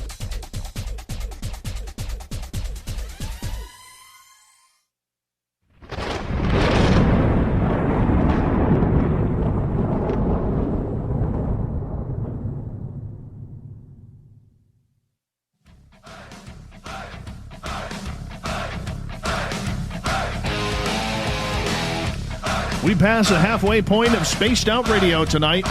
I am your host, Dave Scott, sitting in the captain's chair of SOR headquarters. And we say thank you to all of you for tuning on in. Remember that if you haven't heard any of our archives, you want to know where to get them, guess what? They're free for you at youtube.com/Spaced Out Radio. Just do me the favor, hit that subscribe button. Our website is spacedoutradio.com, where we have a plethora of features for you. You can check them out while you're listening to the show. We are talking true crime, serial killers tonight, and one of the top writers and authors in North America on this subject is Alan R. Warren. AlanRWarren.com is his website. You can find all of his books on Amazon, which we highly suggest you check on out. Alan, welcome back to the show. Oh, thank you. Not a problem. We kind of like you around here. We kind of do. You know, Alan, I want to talk about, and I rarely get freaked out by people. Rarely. But I got to tell you, this one has always kind of given me the heebie-jeebies, and that is the story of Rodney Alcala. And I don't know whether it was because of the look he had when he appeared on the dating game or whatever, but this guy just really looks evil, if I can use that term profusely. Well, you can use that term. I think for me, when I saw him on the dating game thing, I just thought he was creepy. I thought he was kind of cheesy and creepy, you know, just kind of a, hey, baby, you know, like acting like a real stud. And that was my feeling. I wouldn't think of him as, I didn't think of him as evil in that way from that viewing. But it's hard not to, because he's creepy, and when you know what he's done, that's why you're watching it. So you kind of already been pre-fed, you know, so that kind of helps. So for people who may be unaware of who Rodney Alcala is, why don't you break it down for us? Rodney Alcala was basically, well, he was a guy that was raping and killing females. And at first they thought just in the LA area, but it turns out he had victims in New York and New Hampshire, looks like Nevada, Montana, Seattle, Texas, Nevada. It goes endless.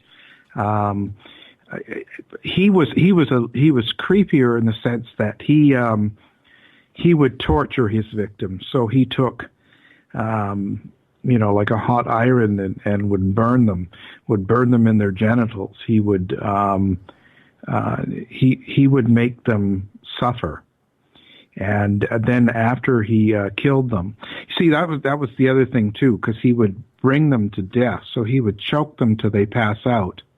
Then he would wait till they come back, revive again, and then he would torture them again and then choke them again. And some of them, it was 2 or 3 times he did this. So he was really into torturing them. And then he would quite often take the body and leave it in a weird display in a place that you couldn't miss it. Interesting. Was he someone who you would call a predator? Yes, totally. His whole style was about predator. He would hang out at the beach, and he would have a camera. And like, it sounds really cheesy. He would, but he started doing this in the 60s and 70s, so people were a lot more naive. He would go to the beach and say he was in a contest and he was a photographer, and that they could win money if they won with their picture. So he would want to take their pictures. And quite a few of them would fall for it. And some of them would even go back to his place. And he would kill them. So, yeah, predator is a really good description of him. He was also, could you call him an addict to women? Because, I mean, the way I looking at him going on the dating game, or was he just trying to perfect and hone his merciless skills? That's a tough one, because he sort of had a different image with his family, and he was in the army, and he sort of portrayed, he was very popular when he was in school. He had lots of girlfriends, and he wore the right clothes. He had the long hair, the flare pants and the heels. Like, he was doing everything. He was very popular. He had that front, but he seemed to have another person that was interested in something different.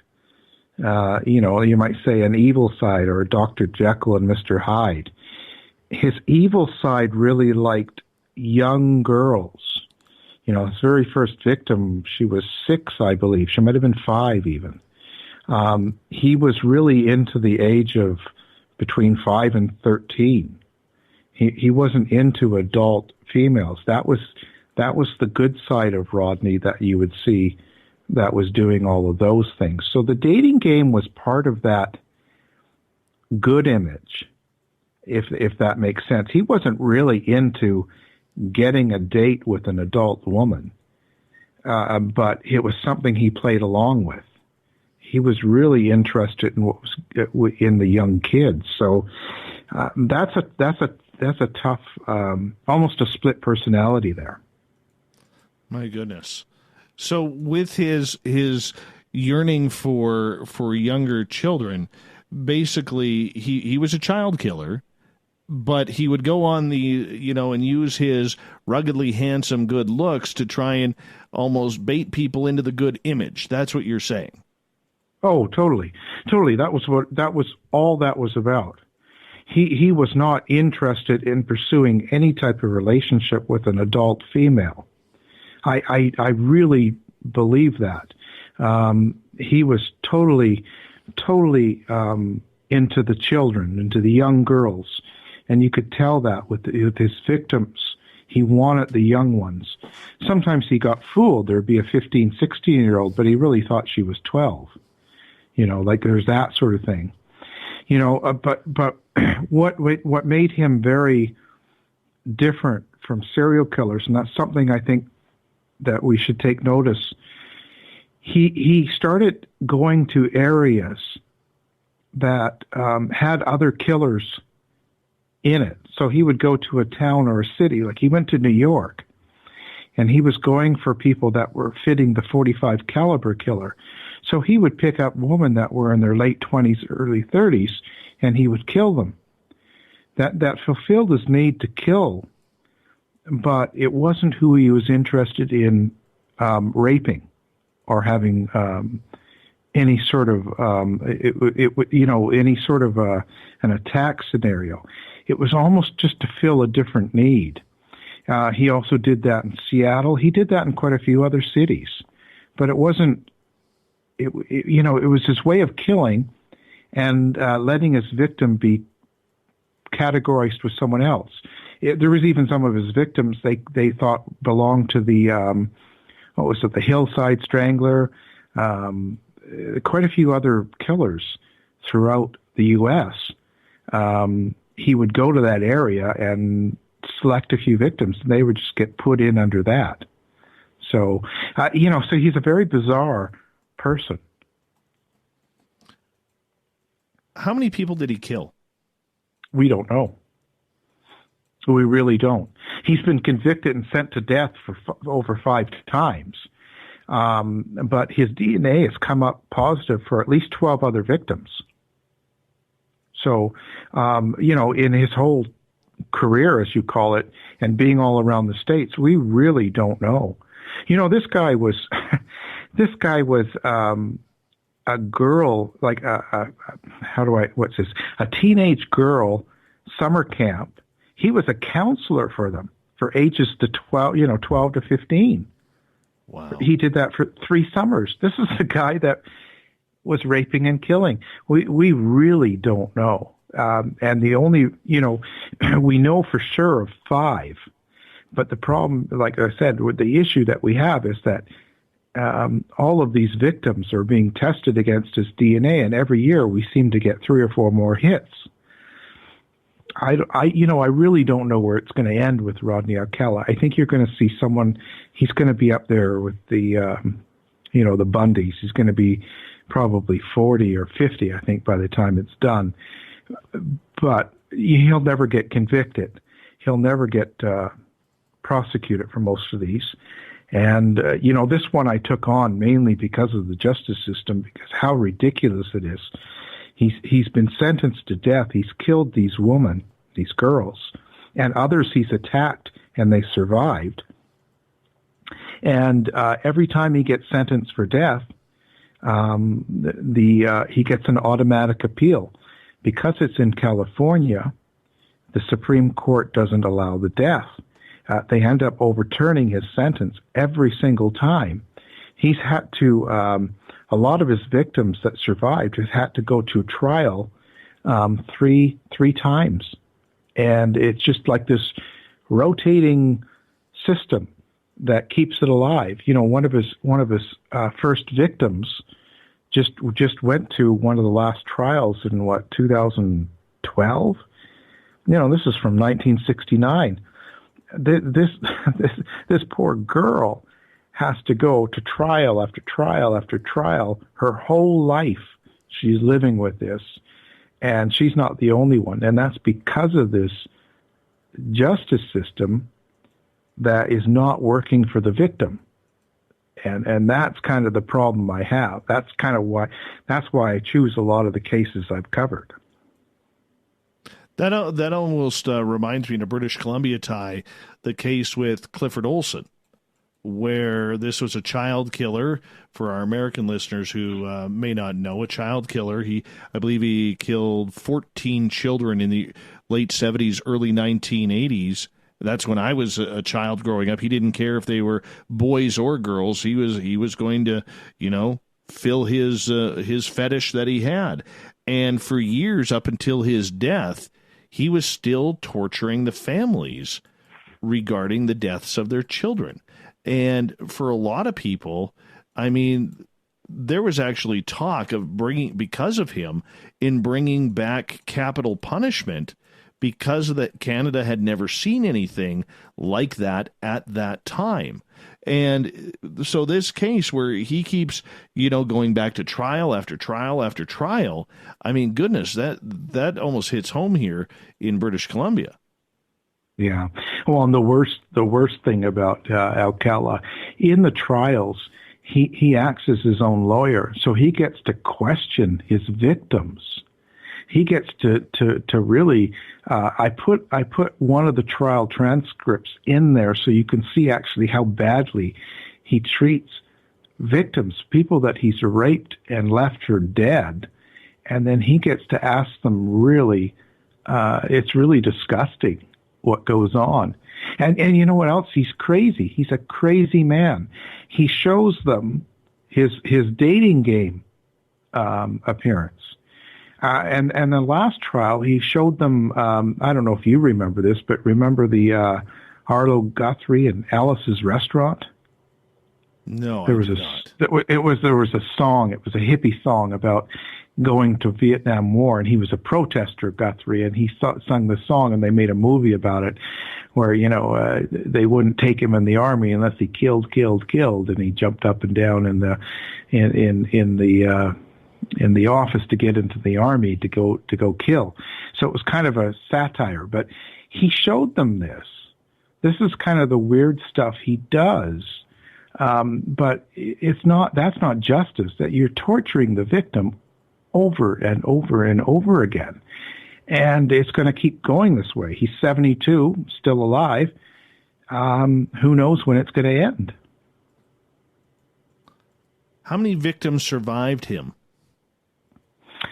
Well, we know of 3 that have come forward, and one we don't know who the person is. She's never been identified in press or public. So like I said, it's a weird situation. But you've also got the victims' families. Like, so of the girls he's killed, you've also got mothers and sisters and people like that have to go to the trial, and have to be involved. And it just draws it out. There's no ending. There's no conclusion. These people cannot move on with their lives as long as this stuff keeps going on. I understand you say he continually represents himself in these cases, but how has the California court system allowed him to continue to go after the victims this way? I mean, if it's so blatantly obvious that after like 6 or 7 minutes of just talking to you about it, it kind of creeps me out, and I'm sure a bunch of our listeners, Alan. But how does the California court system continue to allow him to punish these victims? Because no matter what, whether the families will never get any restitution, the guy has nothing. There's no money there. Right. Well, when you deal with the legal system, and especially in the U.S. and especially in certain states, they have their rules and they have people that will defend them to the death. So, you have, you can't go outside of the court rules. He has every right to defend himself. He has every right to a legal defense. And if he wants to defend himself, he can. That is his legal right. And in that case, he can question and to do that to anybody that's on the stand. And the victims that survive and the family members all have to testify. He has a right to, counter whatever's been said. He has that right. If it wasn't him, it would be a lawyer. It's just creepy because it's him. And I don't know how you can get around that. You can make it sound bad. You can televise it. You can tell people, but it's not going to change. The system is what it is. I'm not saying it's right. Don't get me wrong. I'm not supporting it. If anything, I think it's totally backwards. And not only that, why are you even prosecuting him with the death penalty on trial? Like, why do you even bother when the Supreme Court in California will overturn it? They will not approve it. What is the point, right? So I don't know. I can't answer for the lawyers, but that's how it is. It just sounds really, really odd and a weak court system. I'll be honest with you. It sounds like a Canadian kangaroo court system at times up here when it comes to these heinous cases like this. Well, I think when you compare the two, I think Canada tends to be less aggressive and more passive and under-policed. And the U.S. tends to be over-policed and over-aggressive, and it's about entertainment. So it's all televised, whereas in Canada, quite a bit of it isn't televised because of the rules. But in Canada, you have the different things. Like when I did the Bloodthirst and Wayne Bowden, he was actually the vampire killer, right? He actually killed 5 girls that we know about, 4 that he was convicted for. Your jail system up there, so he's in prison for life. because of the victims he had and because of his situation, they were giving out day passes. So they take people that are like Wayne Bowden, and because he was a good prisoner, they would take him out on a day pass. They took him out to an art museum. He had 3 guards and a professor explain art to him. This is a guy that murdered and was convicted of drinking blood and killing 4 girls. On his second day pass, he escaped. He escaped from the guards at hotel lunch. And he had an American Express card on him that he got. A lifelong prisoner applies for American Express card and gets it. And he goes out and rents a hotel, buys new clothes, and starts going out in the town. He got caught. But that's an example of the justice system. Those are the things that you don't really hear about in the news. See, in Canada, that stuff like that is not really broadcast. In the U.S., that would be on Nancy Grace. That would be on every show in the Sun. So that's kind of the difference in the system. We're trying to be, I don't know what you call that. We're trying to be polite to our prisoners. We're trying to rehabilitate them and make them feel good about living in prison. I'm not sure. But that's another thing. See, things like that are what draws me to write a book about that. Not so much the murders. As we got about 2.5 minutes here before we got to go to break at the top of the hour, we'll finish up with Rodney Alcala here. With him, being in his 70s now, how many more appeals does he have? Well, any time that it's been overturned, when you're sentenced to death in California, you get an automatic appeal. It's just the way it is. So as long as they keep doing this, the appeal per se will never end because he keeps getting convicted of death. So he gets the automatic appeal. It's not like he's trying to appeal something that went wrong in the trial. He's not trying to take a piece of evidence and appeal his case through that. So it's an automatic appeal that the Supreme Court puts out there. And quite often, this is what happens. So really, you know what, until he dies, you're going to see this happen. I don't know how many more times. Maybe you'll see it one more time before he dies. I don't know. He's getting old. Who knows? Well, it's amazing, though, that he's even survived in prison as we're into our final minute here, considering that, people who hurt children usually do not last very long behind the steel bars.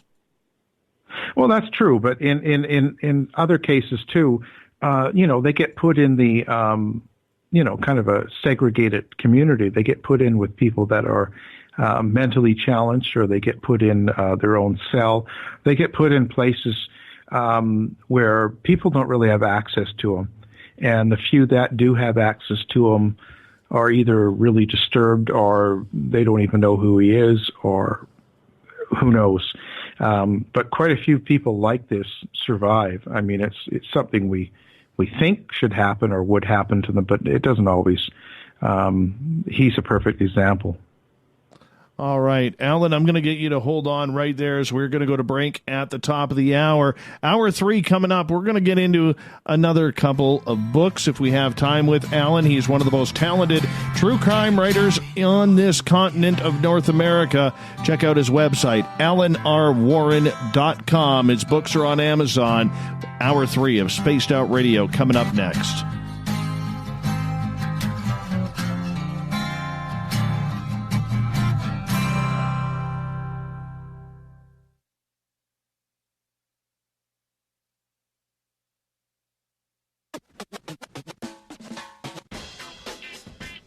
The SOR Vault is open for business, and do we have some cool swag for you to pick up? All you have to do is head over to our website and click on the SOR Vault. You have a variety of cool logos to choose from, and put them on anything you want. T-shirts, hoodies, hats, coffee mugs, you name it, we can get it to you. So do your shopping by supporting the story you love. Get your Spaced Out Radio swag at the SOR Vault today.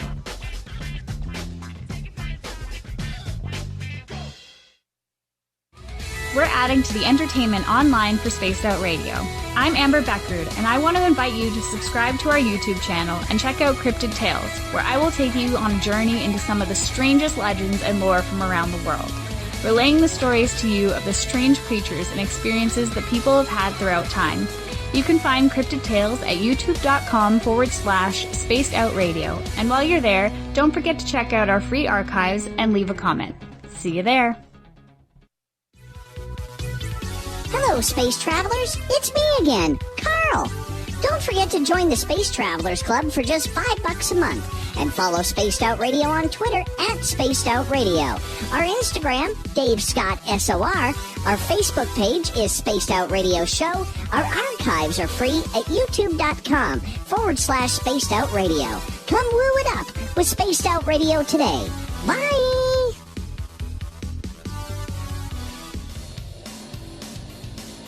We all know on Spaced Out Radio we love a good beard and mustache, so why not take care of your facial hair with Mighty Moose Beard Oil? Made in Canada, we're taking care of beards and stashes around the world.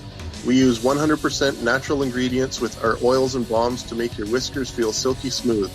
Use promo code SOR2019 at MightyMooseBeard.com today.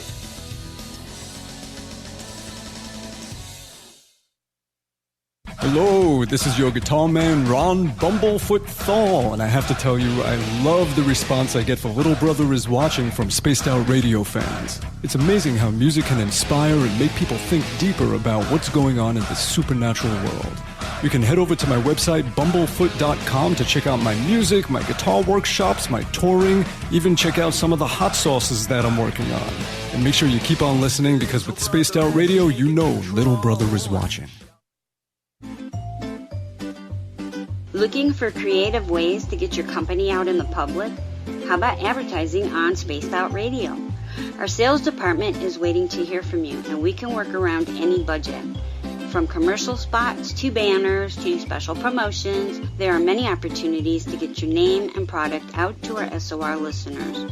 For a price guide and more information, please contact us at sales@spacedoutradio.com. Move over, brother, and let me own Saturday night. This is Rich Giordano, and I'm inviting you to tune on in to Spaced Out Saturdays starting at 9 p.m. Pacific, 12 a.m. Eastern, where I'm going to bust open the lids on everything paranormal. Why? Because we want answers, and I'm the guy who's going to deliver those answers to you. Join the chat rooms, and we'll see you this Saturday. Just be there. No, really. Hey, space travelers, this is John Resig, founder of the CHIVE and CHIVE Charities. If you know anything about our website, you know we like to do things a little differently. We're not some faceless organization collecting money for a nebulous cause. Our donor dollars go directly toward life-improving items. Then we give those items directly to an underdog who needs it most. To become a donor with Spaced Out Radio's official charity, CHIVE Charities, just go to chivecharities.org/donate. We are scouring the world for the most intriguing stories of your day. Take the time to read up on the SOR Newswire, where our team, led by Captain Shirk, will deliver to you some of the best paranormal and supernatural news, along with some stories that will blow your mind from the weird to the wacky. It's the news outside the news that piques interest, and that's what we're looking to deliver to you. The SOR Newswire, only at spacedoutradio.com. A little bit of science, a little bit of skepticism. Add a dash of snark and you have the makings of Spaced Out Sundays with me, Everett Thiem. Together we will look into the reality of the paranormal with an open eye and rational thought. Oh, did I mention there'll be plenty of woo as well? Your time spent with Spaced Out Sundays will make the night even better. The chat rooms are open, 9:06 p.m. Pacific, 12:06 a.m. Eastern, right here at spacedoutradio.com. Visit purpleplates.com today. For over 40 years, the Purple Energy Plates have been delivering amazing results for their many customers. Inspired by the great genius Nikola Tesla, the harmony, healing, and energetic effects of the plates have proven over and over to be beneficial and often miraculous to thousands of customers. Check their site for daily specials and choose from their many energy products. You won't be sorry. Visit them today at purpleplates.com. I'm feeling a little spicy tonight. What to do? What to do? Why not get Bumblefoot? 4 million Scoville units of pure hard rock. Bumblefoot hot sauces come in 3 flavors. The burning Bumble. Tone it down a bit with Bumblelicious and throw the sauce on everything. Spice it up. Bumble me, baby. Bumblefoot hot sauce. Get it today at CHIVE.com. Hello everyone, this is Ryan Stacy from the Experiencer Support Association, otherwise known as TESA. We're glad to team up with Spaced Out Radio to help investigate your experiences on the SOR Sightlines Report. Together, we'll investigate the strange sightings and occurrences you've had. We're looking for answers just like you. So fill out a Sightlines report on the Spaced Out Radio website and let's figure out what's going on together. The party is always on at the Moose Vancouver. The Moose Vancouver is where you want to be when visiting Canada's West Coast. Open until 2 a.m. nightly, the Moose cranks up the rock while serving some of the best rated food in the city. The menu starts at $6.95. Why party anywhere else in Vancouver when the Moose is right there? Get your horns up and rock with the Moose, the official party bar of Spaced Out Radio. For the price of 1 cup of coffee a month, you can become an SOR Space Traveler. The Space Travelers Club is a place where you can interact with other listeners, either live during the show or on our great forum. We want your stories, pictures, comments, and ideas. You'll get live video streams, exclusive content, and be a part of our newsletter. Stay in touch with everything SOR. The Space Travelers Club is just $5 a month at spacedoutradio.com.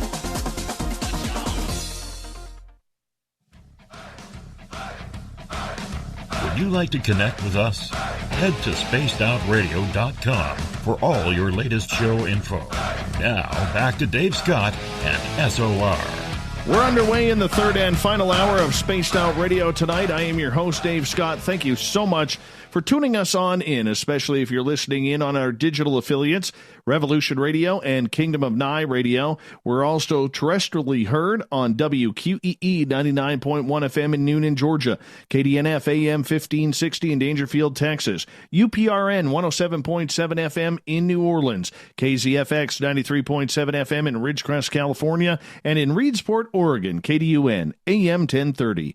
On the digital side, like I said, we broadcast on Kingdom of Nye and Revolution Radio. Remember, all of our archives are free at youtube.com/Spaced Out Radio. Just do me the favor, hit that subscribe button. The Desert Clam has set the password for tonight in the SOR Space Travelers Club.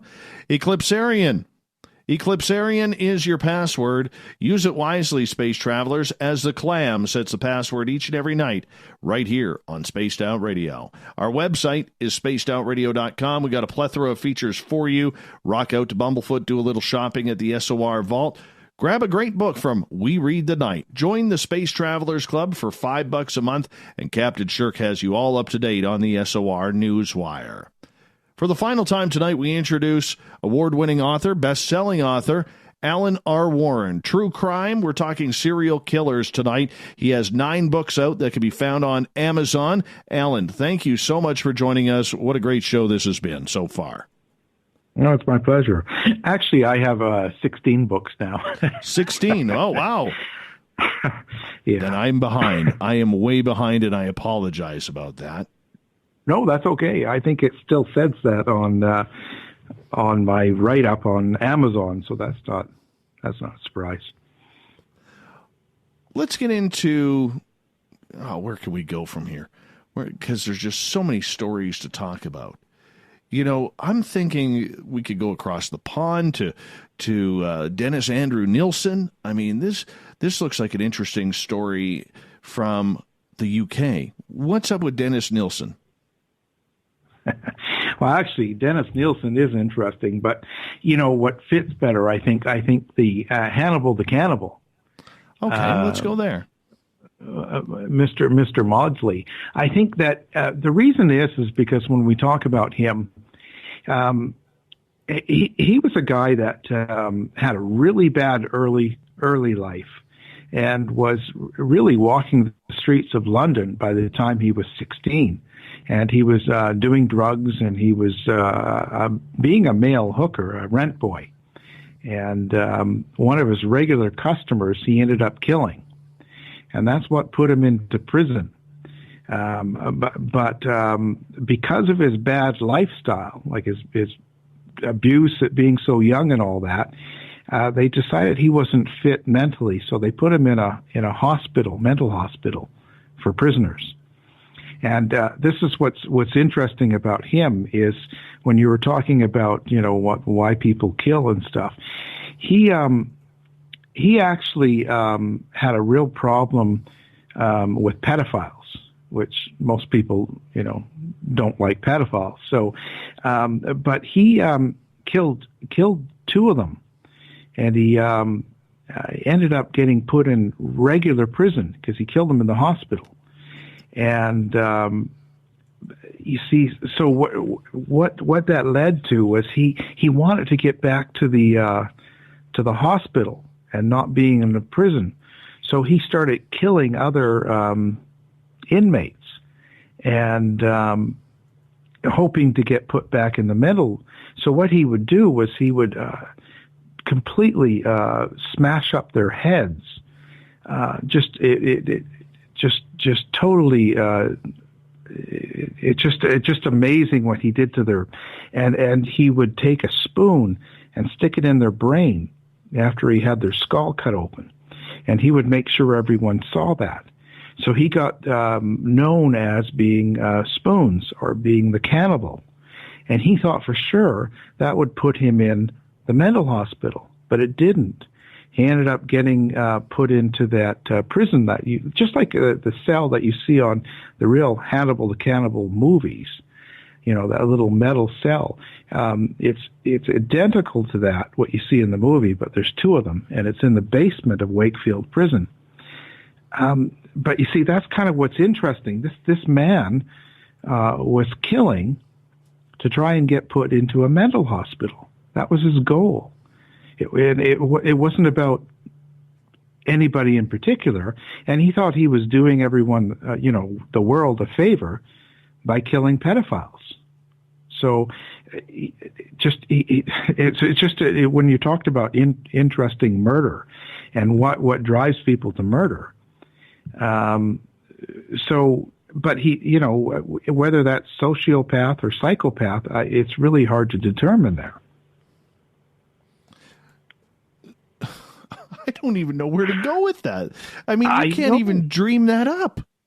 No, I know, and that's what's so strange about this. So he set himself up to be a really scary character, to be really insane. Like he's eating people's brains, he's killing them, and it still didn't work the way he wanted it. He ended up getting put worse. He it was kind of crazy. But you think about, and you're saying, what draws people? Is it, sexual, or is it, abuse and all this stuff? No, this guy just wanted to be in a mental hospital. And he saw that as being logical.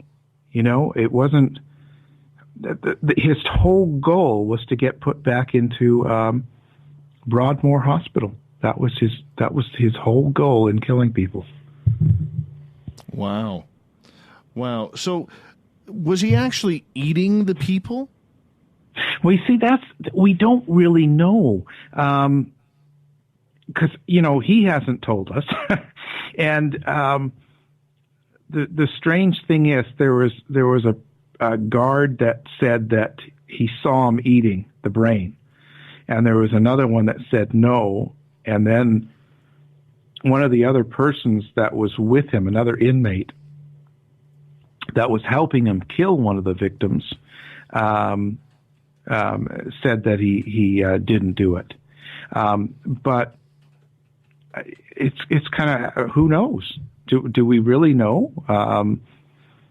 It's one of those questions. But the rumors fly far in front of him, and everyone's scared of him. And you have to say, he's down in this cell, the metal cell in the basement, and it's beside death row, and the other cells always held by someone that's much worse than him. like their most severe, worst case killer is in the cell beside him, and every single one of them has been scared by Maudsley, by Hannibal the cannibal, and he's not a big guy. He's 5'4", he's thin, and if to look at his picture, even to look at if you see the cover or in the book, he just looks like a normal kind of guy, and certainly not imposing, certainly not threatening. But he scared some of the meanest, worst killers just from the way he talks, the way he's able to read a person, understand them, and push their buttons by just saying certain things. But he scares them. He scares the hell out of them. So he's an unusual character. That's kind of all I can say about him. Is that somebody whom would be locked up in an area where, you'd almost have to have somebody 24 hours, 7 days a week studying him and what he has to say? Well, it is a 24/7, but nobody is studying him. It's just guards. It's guards, and he's only allowed out 1 hour a day, and when he's allowed out, he's not allowed out with anybody else. So they take him to the outside, to the yard. He gets 1 hour there, but they're with nobody else there but guards. So he doesn't have any interaction. The only interaction he has is when someone else is put in the cell, which is connected to his, in the basement. So, and they're, like I said, they're always the worst killers. And I've listed maybe a dozen of them in the book, and kind of what their history was.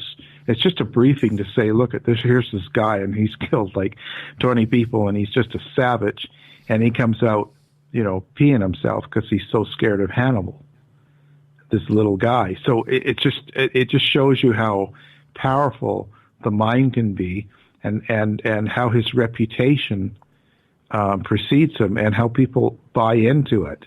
And we really can question whether it really happened. Is he a psychopath or just brilliant? Well, you see, that's how can you answer that? And what is the difference? Does he feel or not feel? He certainly has a passion to kill pedophiles. And the first person, or the one person that he killed when he was on the streets of London, that was a regular John, a regular guy that would pick him up once a month and take him home, and they'd have sex, and he'd pay him for it. And he had been doing this for 5 or 6 months. The reason he killed him was because this guy, on the last time they were together, pulled out all these pictures of a young boy being physically and sexually abused. And he said that really turned him on, and like this guy did. And he wanted Hannibal to be turned on by this. And instead, Maudsley, or Hannibal, said he snapped, and he just started attacking his John, and then he killed him. So he has a lot of anger and passion toward pedophiles. And in his early days, he claims his father raped him, and would use like broom handles and all sorts of things, and assault him. And so that's why he was out by the time he was 14 and on the street. So according to him, that's his story. We have no way of verifying this, but that's what he claims. So he has a lot of feeling that sociopaths usually don't. They usually don't have that type of emotion. They don't show or feel love and hate that way. So his passion makes him not be a sociopath. He's definitely very intelligent. He's very intelligent. He hasn't been educated formally. He was in prison before he was, of age. He's just done it from reading books and being into learning that way, but he's never been formally educated. Very, very smart man, though. So I don't know. He's a question mark, and that's sort of what I mean when these serial killers, get put away like this. We don't really have access to studying them. We have nobody that's trained that gets to evaluate and spend time with people like this, and so we don't really learn a lot of these cases. We just sort of have to do it from the outside looking in. How many people again did he kill in prison? Total in prison was 4, and he had 1 victim outside of prison. Yeah. So with that, knowing that he is a known butcher in prison, I mean, there has to be, like you were talking about earlier, where even the most hardened criminals were scared of this guy. At what point of how many deaths does it take before you're in your cell 23 hours out of 24 hours a day? Well, I laugh, but he got put in that situation of where he is. Just from his reputation, from the same thing he was trying to create, this illusion of who he is, to get into Broadmoor Hospital. His whole scenario was created for one reason, and yet that's really what put him in the most severe place.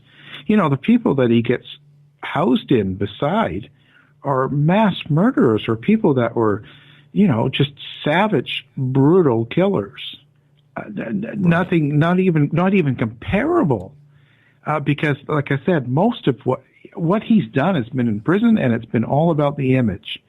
He sold this idea. In fact, the one person that he killed in prison, him and a cellmate picked up this guy, and they basically dragged him into one of the offices. And they jimmied the door so none of the nurses or people or the guards could get in. And they tortured him. Now, this is very questionable. They tortured him for 8 to 9 hours and made him scream in pain before they killed him. And then they let everyone come in. So, like the guards and the nurses and stuff. So it was about creating a real scary image for him. It wasn't about... It's not about anything else. And so it just backfired on him for what he wanted. So, but he definitely is not like the characters they put him beside. And that you can see that clearly in the book. Alan, we've got about 5.5 minutes, and I've got 3 questions from our audience here that I'd like to pass on to you. We'll start off on Twitter at #SpacedOutRadio. Maureen is asking, since the East Area rapist was recently caught using genealogy, do you think there's a good chance the Zodiac killer could be caught as well? A good chance? Yeah, for sure. There's a lot of legal problems with that right now, because I know with some of the recent court decisions that they don't have access to a lot of people's DNA. So I think it's more about getting the legal access. So I think they're down to GEDmatch, and even then, if the person that donates to GEDmatch doesn't allow the police to have access and to search, it's going to happen. But I don't know. Right now, there's all these privacy issues that are tied up in court. I don't know how soon. I also think by now the Zodiac is probably dead, or by the time they do find out, he will be. All right, let's go back to Twitter at #SpacedOutRadio from Marty, who is asking, Mr. Warren, what is your opinion in the difference between a sociopath and a psychopath? Ooh, that's a tough one. And on the surface, there's very little difference, and nothing that anybody like you and I would spot. We would find them much the same. It's just really a technical term. People think psychopaths or sociopaths that kill, and that's not true. They're both actually have their own definitions. Just there's a slight difference in them. Both sociopaths and psychopaths will kill, and both have the same problem, as in they don't feel love, and they totally emulate other people's behaviors. But there is a more in-depth difference, but nothing I can talk about because I'm not a trained professional. Well, that's okay. I thought that was a good answer. Yeah. In our Space Travelers Club, Trip is asking, Mr. Warren, with all the stories you cover, the information that you have to gather, how do you keep your own sanity? I don't. I've got a basement full of bodies. No, Okay. I'm in trouble for that one. No, actually, for the most part, if you know me, and some people do, the autistic side of me sort of keeps it separate. I sort of can compartmentalize some of the emotion, and I'm used to that because that's how I am. But I'll tell you, the hardest part of any of the research is meeting victims' families. Like that last book when I was telling you about the shearing and the Wells Gray, going out and when you're spending time. So one part of your investigation is always meeting families and family members and going around. And when you're sitting with them and they're talking and they're bawling their eyes out as if the murder happened yesterday, even though it happened 30 years ago, that affects you more than anything. The other side of it, when you meet the killer or get their letters from them and all that side, there's just nothing. It just sort of actually has very little or no effect on me. So, and all I can say is, I don't know, you just sort of do it. And I think that passion that the victims have gives you sort of a motivation to write a book to help and to also put out their story. And that's the most important part. And that's what actually keeps you going, I guess. That's what keeps you sane, maybe. How's that?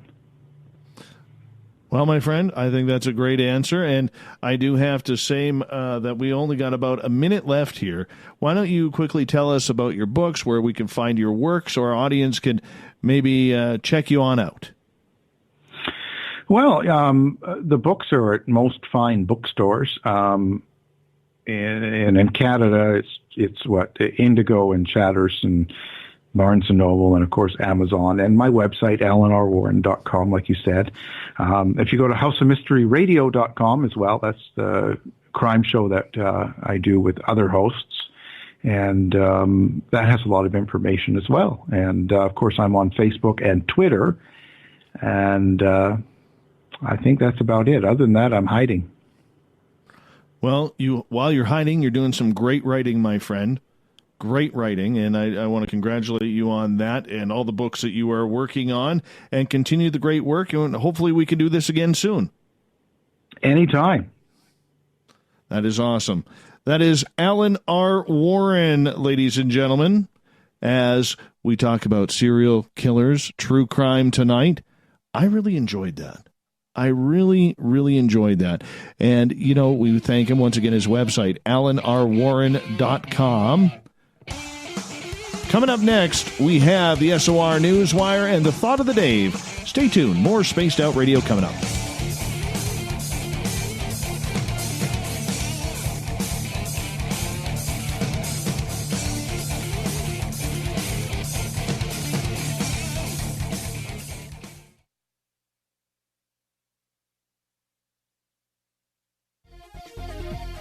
Hello, space travelers. It's me again, Carl.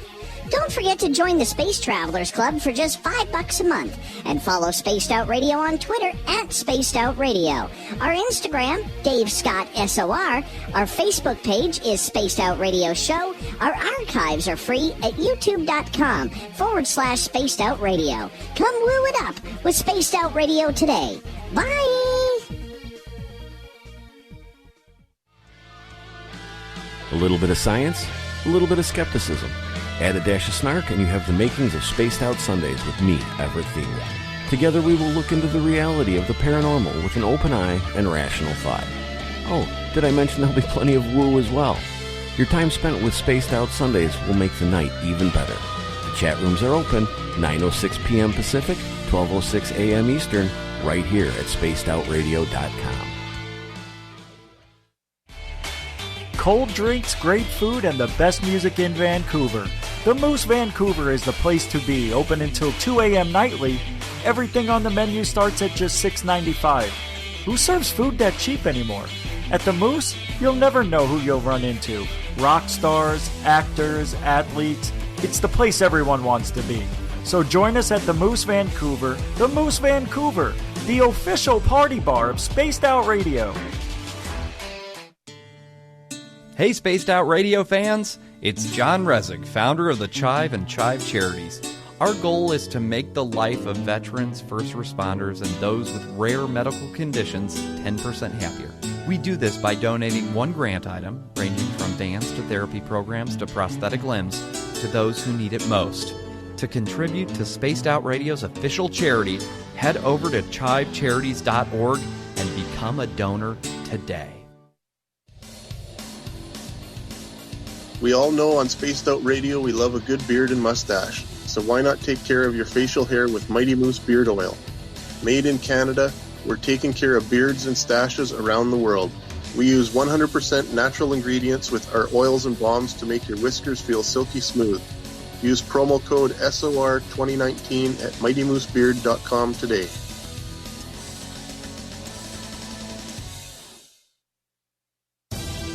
At spacedoutradio.com, we are keeping you up to date on all the news with the SOR Newswire.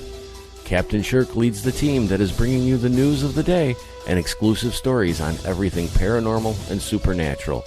It's free to read, it's updated daily, and it's right there for you. The SOR Newswire is a one-stop shop for the news of the day. Check it out at spacedoutradio.com today. We're adding to the entertainment online for Spaced Out Radio. I'm Amber Beckard, and I want to invite you to subscribe to our YouTube channel and check out Cryptid Tales, where I will take you on a journey into some of the strangest legends and lore from around the world, relaying the stories to you of the strange creatures and experiences that people have had throughout time. You can find Cryptid Tales at youtube.com/Spaced Out Radio, and while you're there, don't forget to check out our free archives and leave a comment. See you there. If you like it hot, real hot, then heat up your meals with Bumblefoot hot sauce. Get your Bumblefoot hot sauce today. The sauce, Bumblelicious, and the 4 million Scoville unit We're going in hot, real hot, coming out even hotter. Keep the milk nearby and tantalize your taste buds tonight. Bumblefoot hot sauce, available now at kajans.com. You wanted new SOR gear, and now you can have it. The SOR Vault is fully stocked with t-shirts, hats, hoodies, mugs, and everything in between, with great logos for you to choose from. So head on over to spacedoutradio.com, click on the SOR Vault, and go shopping.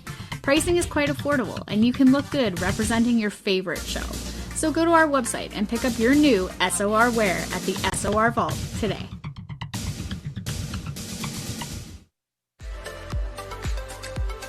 Are you looking for great advertising value for your company? Look no further than Spaced Out Radio. We have a multitude of places to get your name out there, including commercial ads during the show, special promotions, and banners on our website. Our audience is proven to support the companies that support our show. We can make your budget work for you. So for more information, please contact us at sales@spacedoutradio.com. Hello, this is your guitar man, Ron Bumblefoot THAL, and I have to tell you, I love the response I get for Little Brother is Watching from Spaced Out Radio fans. It's amazing how music can inspire and make people think deeper about what's going on in the supernatural world. You can head over to my website, bumblefoot.com, to check out my music, my guitar workshops, my touring, even check out some of the hot sauces that I'm working on. And make sure you keep on listening, because with Spaced Out Radio, you know Little Brother is watching. Hey everybody, the SOR Space Travelers is open. For just $5 a month, you can hang out with Dave and our crew privately in our members-only section. With your signing, you'll receive newsletters on what's going on with Spaced Out Radio. You'll have direct contact with the host during the show in our chat, live streaming videos, and a great forum for your posts and more. Become a space traveler now at spacedoutradio.com.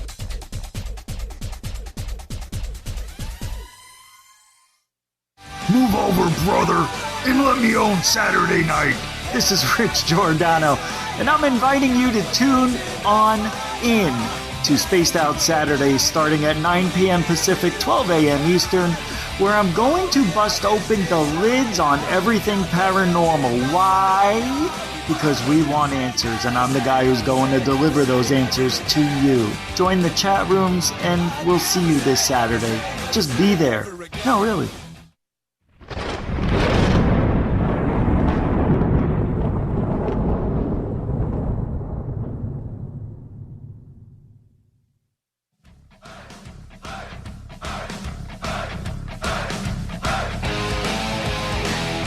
We've rounded third. We're heading for home tonight on Spaced Out Radio. I am your host, Dave Scott, sitting in the captain's chair of SOR headquarters. Thank you so much. I got to give a shout out to my booking coordinator, Corey. He's doing a hell of a job. He's only a month into the job, and we're already booked right through March. Good job, Corey. Great job. And we got some fantastic guests lined up for you in the future as we continue on the mighty SOR here. Hey, I want to remind you, if you missed most of this show or others, you can check out our free archives at youtube.com/Spaced Out Radio. Do me the favor, hit that subscribe button. Our website is spacedoutradio.com, where we have a plethora of features for you. Rock out to Bumblefoot, do a little shopping at the SOR Vault, grab a great book from We Read the Night. Join the Space Travelers for $5 a month, and Captain Shirk has you all up to date on the SOR Newswire.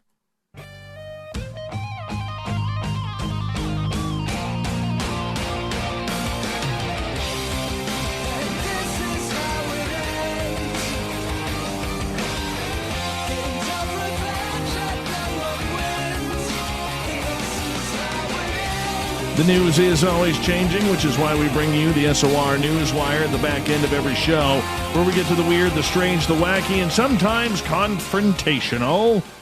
A U.S. Space Force commander said 2 Russian satellites are currently tailing an advanced U.S. spy satellite above the Earth and at times come within 100 miles of the billion-dollar spacecraft. General John J. Raymond told the media that the Russian satellite was launched in November and calls its movement unusual and disturbing. It has the potential to create a dangerous situation in space, he said, while other experts expressed concerns about what Moscow may be able to learn from close-up photos of the spacecraft. The Trump administration had recently requested a defense budget that would keep non-emergency spending at $705 billion. Space.com reported that Space Force would receive $15.4 billion from that funding and begin with 6,400 members that will be transferring from the Air Force. The Space Force's mandate is to improve protection of U.S. satellites and other assets in space rather than to put troops into orbit to conduct combat in outer space. Trump originally wanted a Space Force that was separate but equal to the Army, Navy, and Air Force, but instead Congress made it part of the Department of the Air Force. Yes, reports with this almost sci-fi case of alleged space espionage. Russia reportedly launched a satellite into orbit last November, and while in orbit, it split into two separate satellites. One expert compared it to a Russian nesting doll. The Kremlin has insisted that the satellites are simply conducting experiments. An amateur satellite tracker used public data to theorize that the Russian satellites are cleverly designed to monitor the U.S. satellite during otherwise challenging visual moments in orbit, like sunrises. It's clear that Russia is developing on-orbit capabilities that seek to exploit our reliance on space-based systems that fuel our American way of life. Well, there you go. Now, this story is just... I can't believe this story is Canadian, to be honest. Okay, if it was on the ice, I would be okay with this. But police in Grand Prairie, Alberta, have said adults appear to be behind a child fight club involving high school students after some of the youngsters who fought in it were sent to hospital. The RCMP started investigating after one student was seriously injured in a fight. Grand Prairie Catholic School sent a letter home to parents after two organized fights took place between students in an open parking lot. Superintendent Carl Gurman wrote in the letter that the fights were watched by a group of people, including some students. After one fight he described as intense, a student was seriously injured and taken to hospital. The fight is prearranged, the location and time selected, and certain students are invited to the fight. He wrote in the letter, cars form a circle and turn on their lights. The fight then occurs and is videotaped. Grand Prairie Catholic schools have warned that any students found to be involved in the fights could be suspended or expelled, even if the fight takes place outside of school hours and off school premises. Police Corporal Candace Herdlicka of Grand Prairie RCMP says that students aged between 16 and 18 have taken part in the fights. She said that some of the students were injured and sent to hospital, but their injuries were not life-threatening. The corporal added that the investigators believe the fights are being organized by young adults. We've definitely not heard that there were any parents involved at all. It's young adults. We haven't identified or confirmed yet the ages, but 18 to 24 in that age group. No arrests have been made, but Herdlicka says the police have also sent a letter to high schools in Grand Prairie to be sent out to parents warning them about the after-school melees. She says the aim of the letter was to make sure parents knew what was going on and urge them to speak with their children so we could put a stop to it and make sure nobody else gets hurt. We always want to educate the youth on what some of the potential consequences could be. We're wanting the behavior to stop. It's quite concerning for safety reasons. We don't want to have any students or anybody else in the community injured through these activities. Those involved could face criminal charges. Even if the fights are consensual, those who take part could face assault charges if they injure someone, and anyone involved could be charged with causing a disturbance. Put it back on the ice, guys. Put it back on the ice. It's so much more fun and a lot more safe. All right. The first American rescued from Wuhan, who has been confirmed to have the coronavirus, was mistakenly discharged from a hospital after he initially tested negative. After the patient was airlifted from the lockdown Hubei province in China last week, they were quarantined with 231 fellow evacuees at the University of California Health Department, where they remained for 2 weeks. They and 3 others who were displaying possible signs of infection were bundled into isolation at San Diego Hospital for immediate probing, but doctors dismissed the suspected symptoms as a false alarm and released them back to the quarantine compound. However, this past Monday, the city's health authority announced that further testing revealed that this patient was suffering from coronavirus, marking the 13th case on United States soil. University of California San Diego Health said in a statement, CDC officials advised San Diego Public Health that further testing revealed that one of the 4 patients tested positive. The confirmed positive patient was returned to UC San Diego Health for observation and isolated until cleared by the CDC for release. The highly contagious virus has a 14-day incubation period of no visible symptoms where a carrier could still spread the infection. Since the outbreak spawned in Wuhan late last year, it has infected over 42,000 and killed over 1,000 worldwide, the overwhelming majority of which are in China. The American patient, currently being treated in isolation at the UC San Diego Medical Center in Hillcrest, the patient who tested positive is said to be doing well and has minimal symptoms, hospital officials say. Last week, 2 planes arrived at MCAS Miramar with American evacuees from Wuhan, China, escaping the epicenter of the deadly, fast-spreading virus. The first flight carrying 167 Americans landed on Wednesday, February 5th, and 5 of those passengers were hospitalized for coronavirus-like symptoms. A second plane carrying 65 more U.S. citizens landed Friday morning at a stopover in Vancouver, British Columbia. They were all placed in a 14-day federal quarantine. No one else who is currently under evaluation for coronavirus from the flights that arrived at MCAS Miramar has tested positive, according to the CDC. At first, 4 patients were under evaluation, were tested for coronavirus, and their results came back negative. Speaking of the coronavirus, an adult website has proposed a way to help quarantine cruise ship passengers pass the time. How about free porn? Cam Soda, a Miami-based porn company, has extended an offer some may not be able to refuse, allowing quarantine passengers full complimentary access to their webcam services. They are not only dealing with the fear of infection, which is terrifying, but boredom, Darren Parker, Cam Soda's vice president, said in a statement. We like cruises just as much as the next guy, but without activities or human interaction, the boredom must be crippling.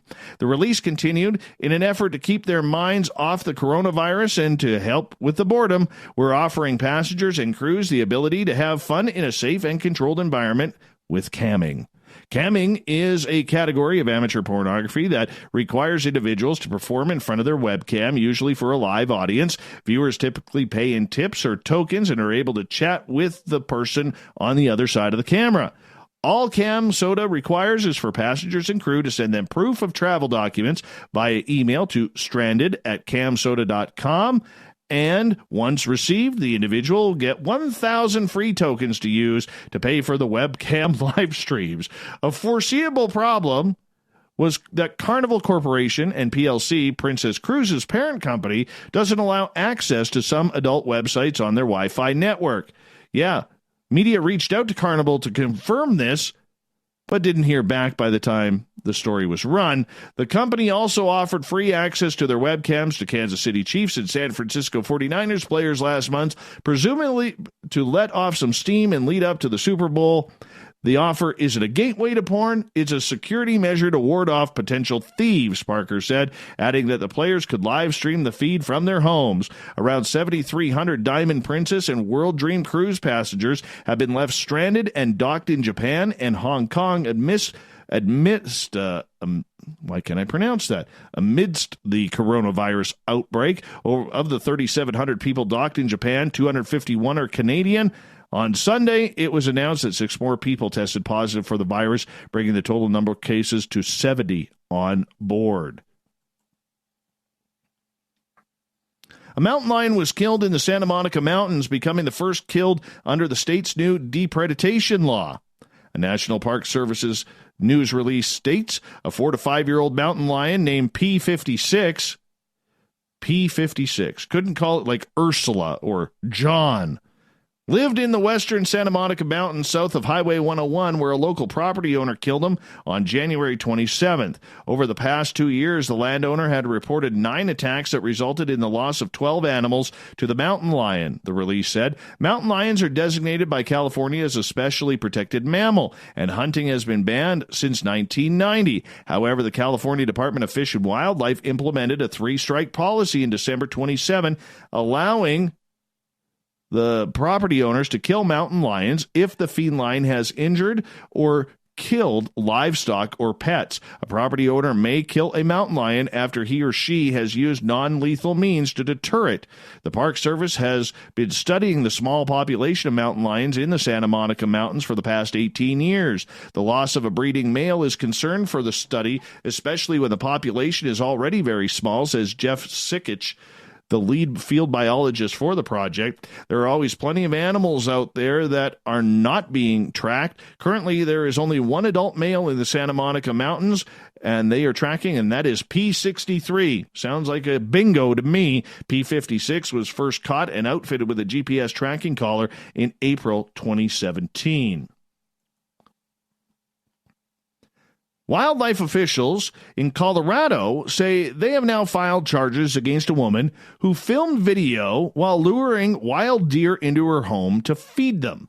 Colorado Parks and Wildlife shared a video showing a woman luring a deer into her house in Evergreen and feeding them human food. It is selfish and unethical to feed big game, area wildlife manager Mark Lamb stated. You are going to end up unintentionally killing those animals and also putting yourself in harm's way. If what you want is a pet or just to connect with an animal, choose a domestic breed that has evolved to live with people. The department says it has filed charges against a woman for feeding big game wildlife, an offense that carries a maximum fine of $100 per incident. The release says charges were also being filed against a man in the Berland Ranchette subdivision of Bailey, who is also accused of feeding deer in his yard. Oh, my God. Feeding deer in his yard. If you are training deer to come and stay away or stay in your backyard, you are asking mountain lions to be in your neighborhood as well.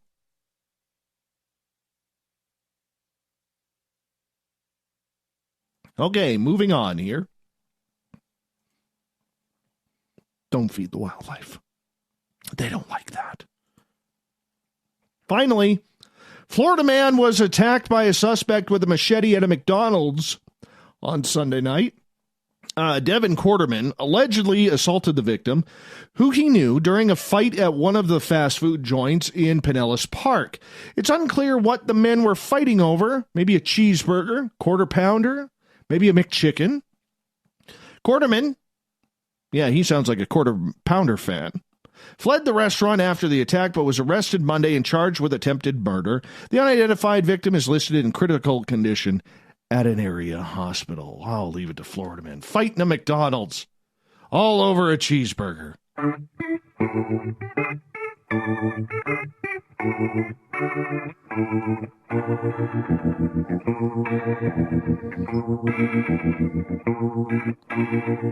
Thought of the Day happens every night at this time, where we ask a question on our Facebook and Twitter pages and read your responses on the air because we love the audience participation around here.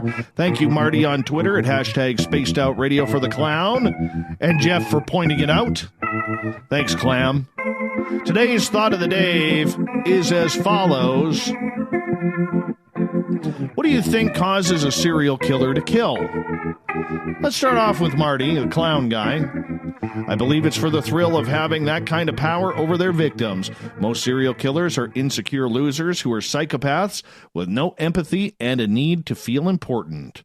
Shanna, you see, we all come from a factory, and sometimes the factory makes bad machines. They don't work, so they put them here. According to Midnight Express, 1978. Judith, I am not a psychiatrist, but from everything I have read, it is either side of the spectrum of nature versus nurture. Something is lacking on side or the other, one side or the other of a coin, pushed too far in an environment, or no nurture. Okay, perfect. Let's move on here, shall we? Vanessa, it's a lack of empathy. Yvette, power, or they're just acting out sexual fetishes. Caden, I honestly believe there are a few things that triggers it: mental illness, childhood abuse or trauma, or just emotional meltdown that triggers the brain into sending endorphins so they get addicted to the satisfaction. That actually sounds pretty ideal. Continuing on. Marliz, that spot? I don't get that. Manda, environment, poverty, abuse, neglect, trauma, drugs. Stephen, toast? What the hell does toast mean? Gail, childhood trauma and or neglect, mental illness, possibly some chromosome issues. Jeremy believes it's rage. Alfred thinks chemical imbalance in the brain. Tracy, it's a bad brain. Grant believes it's other people who cause it. Lisa, something wrong with the brain. Lots of people have childhood trauma and deal with it to lead normal lives. Russell, some people are wired up to enjoy watching others suffer. Tanya, brain trauma in childhood seems to play a big part of it. Kelly, there are many reasons for it in my opinion. However, it always boils down to a mental issue of some sort. Tom, smartass answer, cereal. Real answer, control. Ultimate control. Chanel, childhood trauma and abuse. Brain damage is often seen on the MRIs of their brains. Gil, it's the game. Once it starts, it's hard to stop. People aren't born psychopaths, they become psychopathic. Natasha, physical and or psychological disorders mixed with secondary diagnoses such as psychopathy, sociopathy, narcissism, borderline personality disorder, paranoia, affected by environmental contributors such as abuse, being exposed to violent or sexual content at an early age, or neglect, add a pinch of awkwardness to contribute to being socially marginalized. We cannot truly understand people who completely lack empathy or a conscience. We cannot fully understand conflating normal sex drives with violence or cruelty. One might even argue that critical analysis married with empathy and compassion are major components of what it means to be human. That's why it's easy for us to categorize these types of perpetrators as monsters, animals, savages, cold-blooded, etc.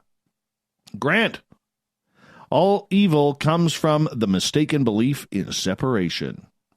Kevin, Dave, it's strange that you should ask this question today since I have been pondering the same scenario. Instead of sleeping my mind for 11 nights in a row, and I finally realized the answer around 7 o'clock this morning.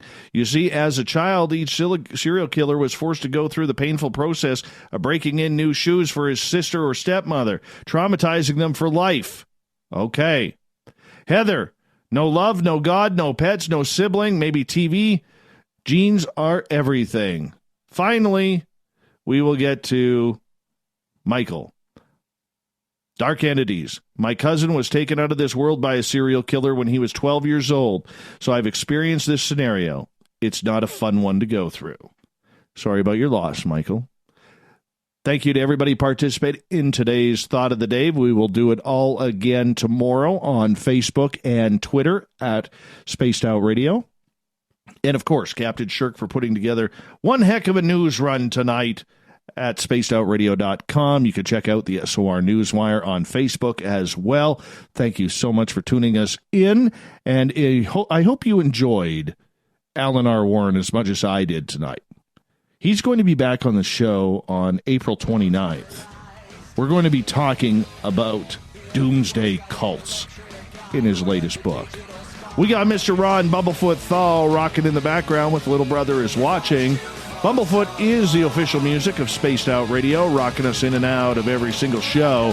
Get your horns up for the guitar god himself. Special thanks to everybody listening in at home, at work, in your cars, wherever you may be. We really appreciate you tuning on in, especially if you're in our chat rooms on LGAB, Revolution Radio, Spreaker, Facebook, the SOR Space Travelers Club on our website, or on Twitter with the rest of the snarkers and snarkettes at hashtag Spaced Out Radio. Remember, this show is copyright by Spaced Out Radio and SOR Media Ventures Limited.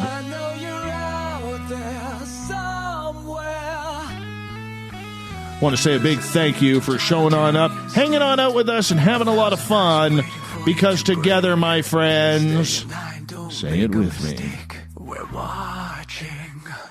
we own the night.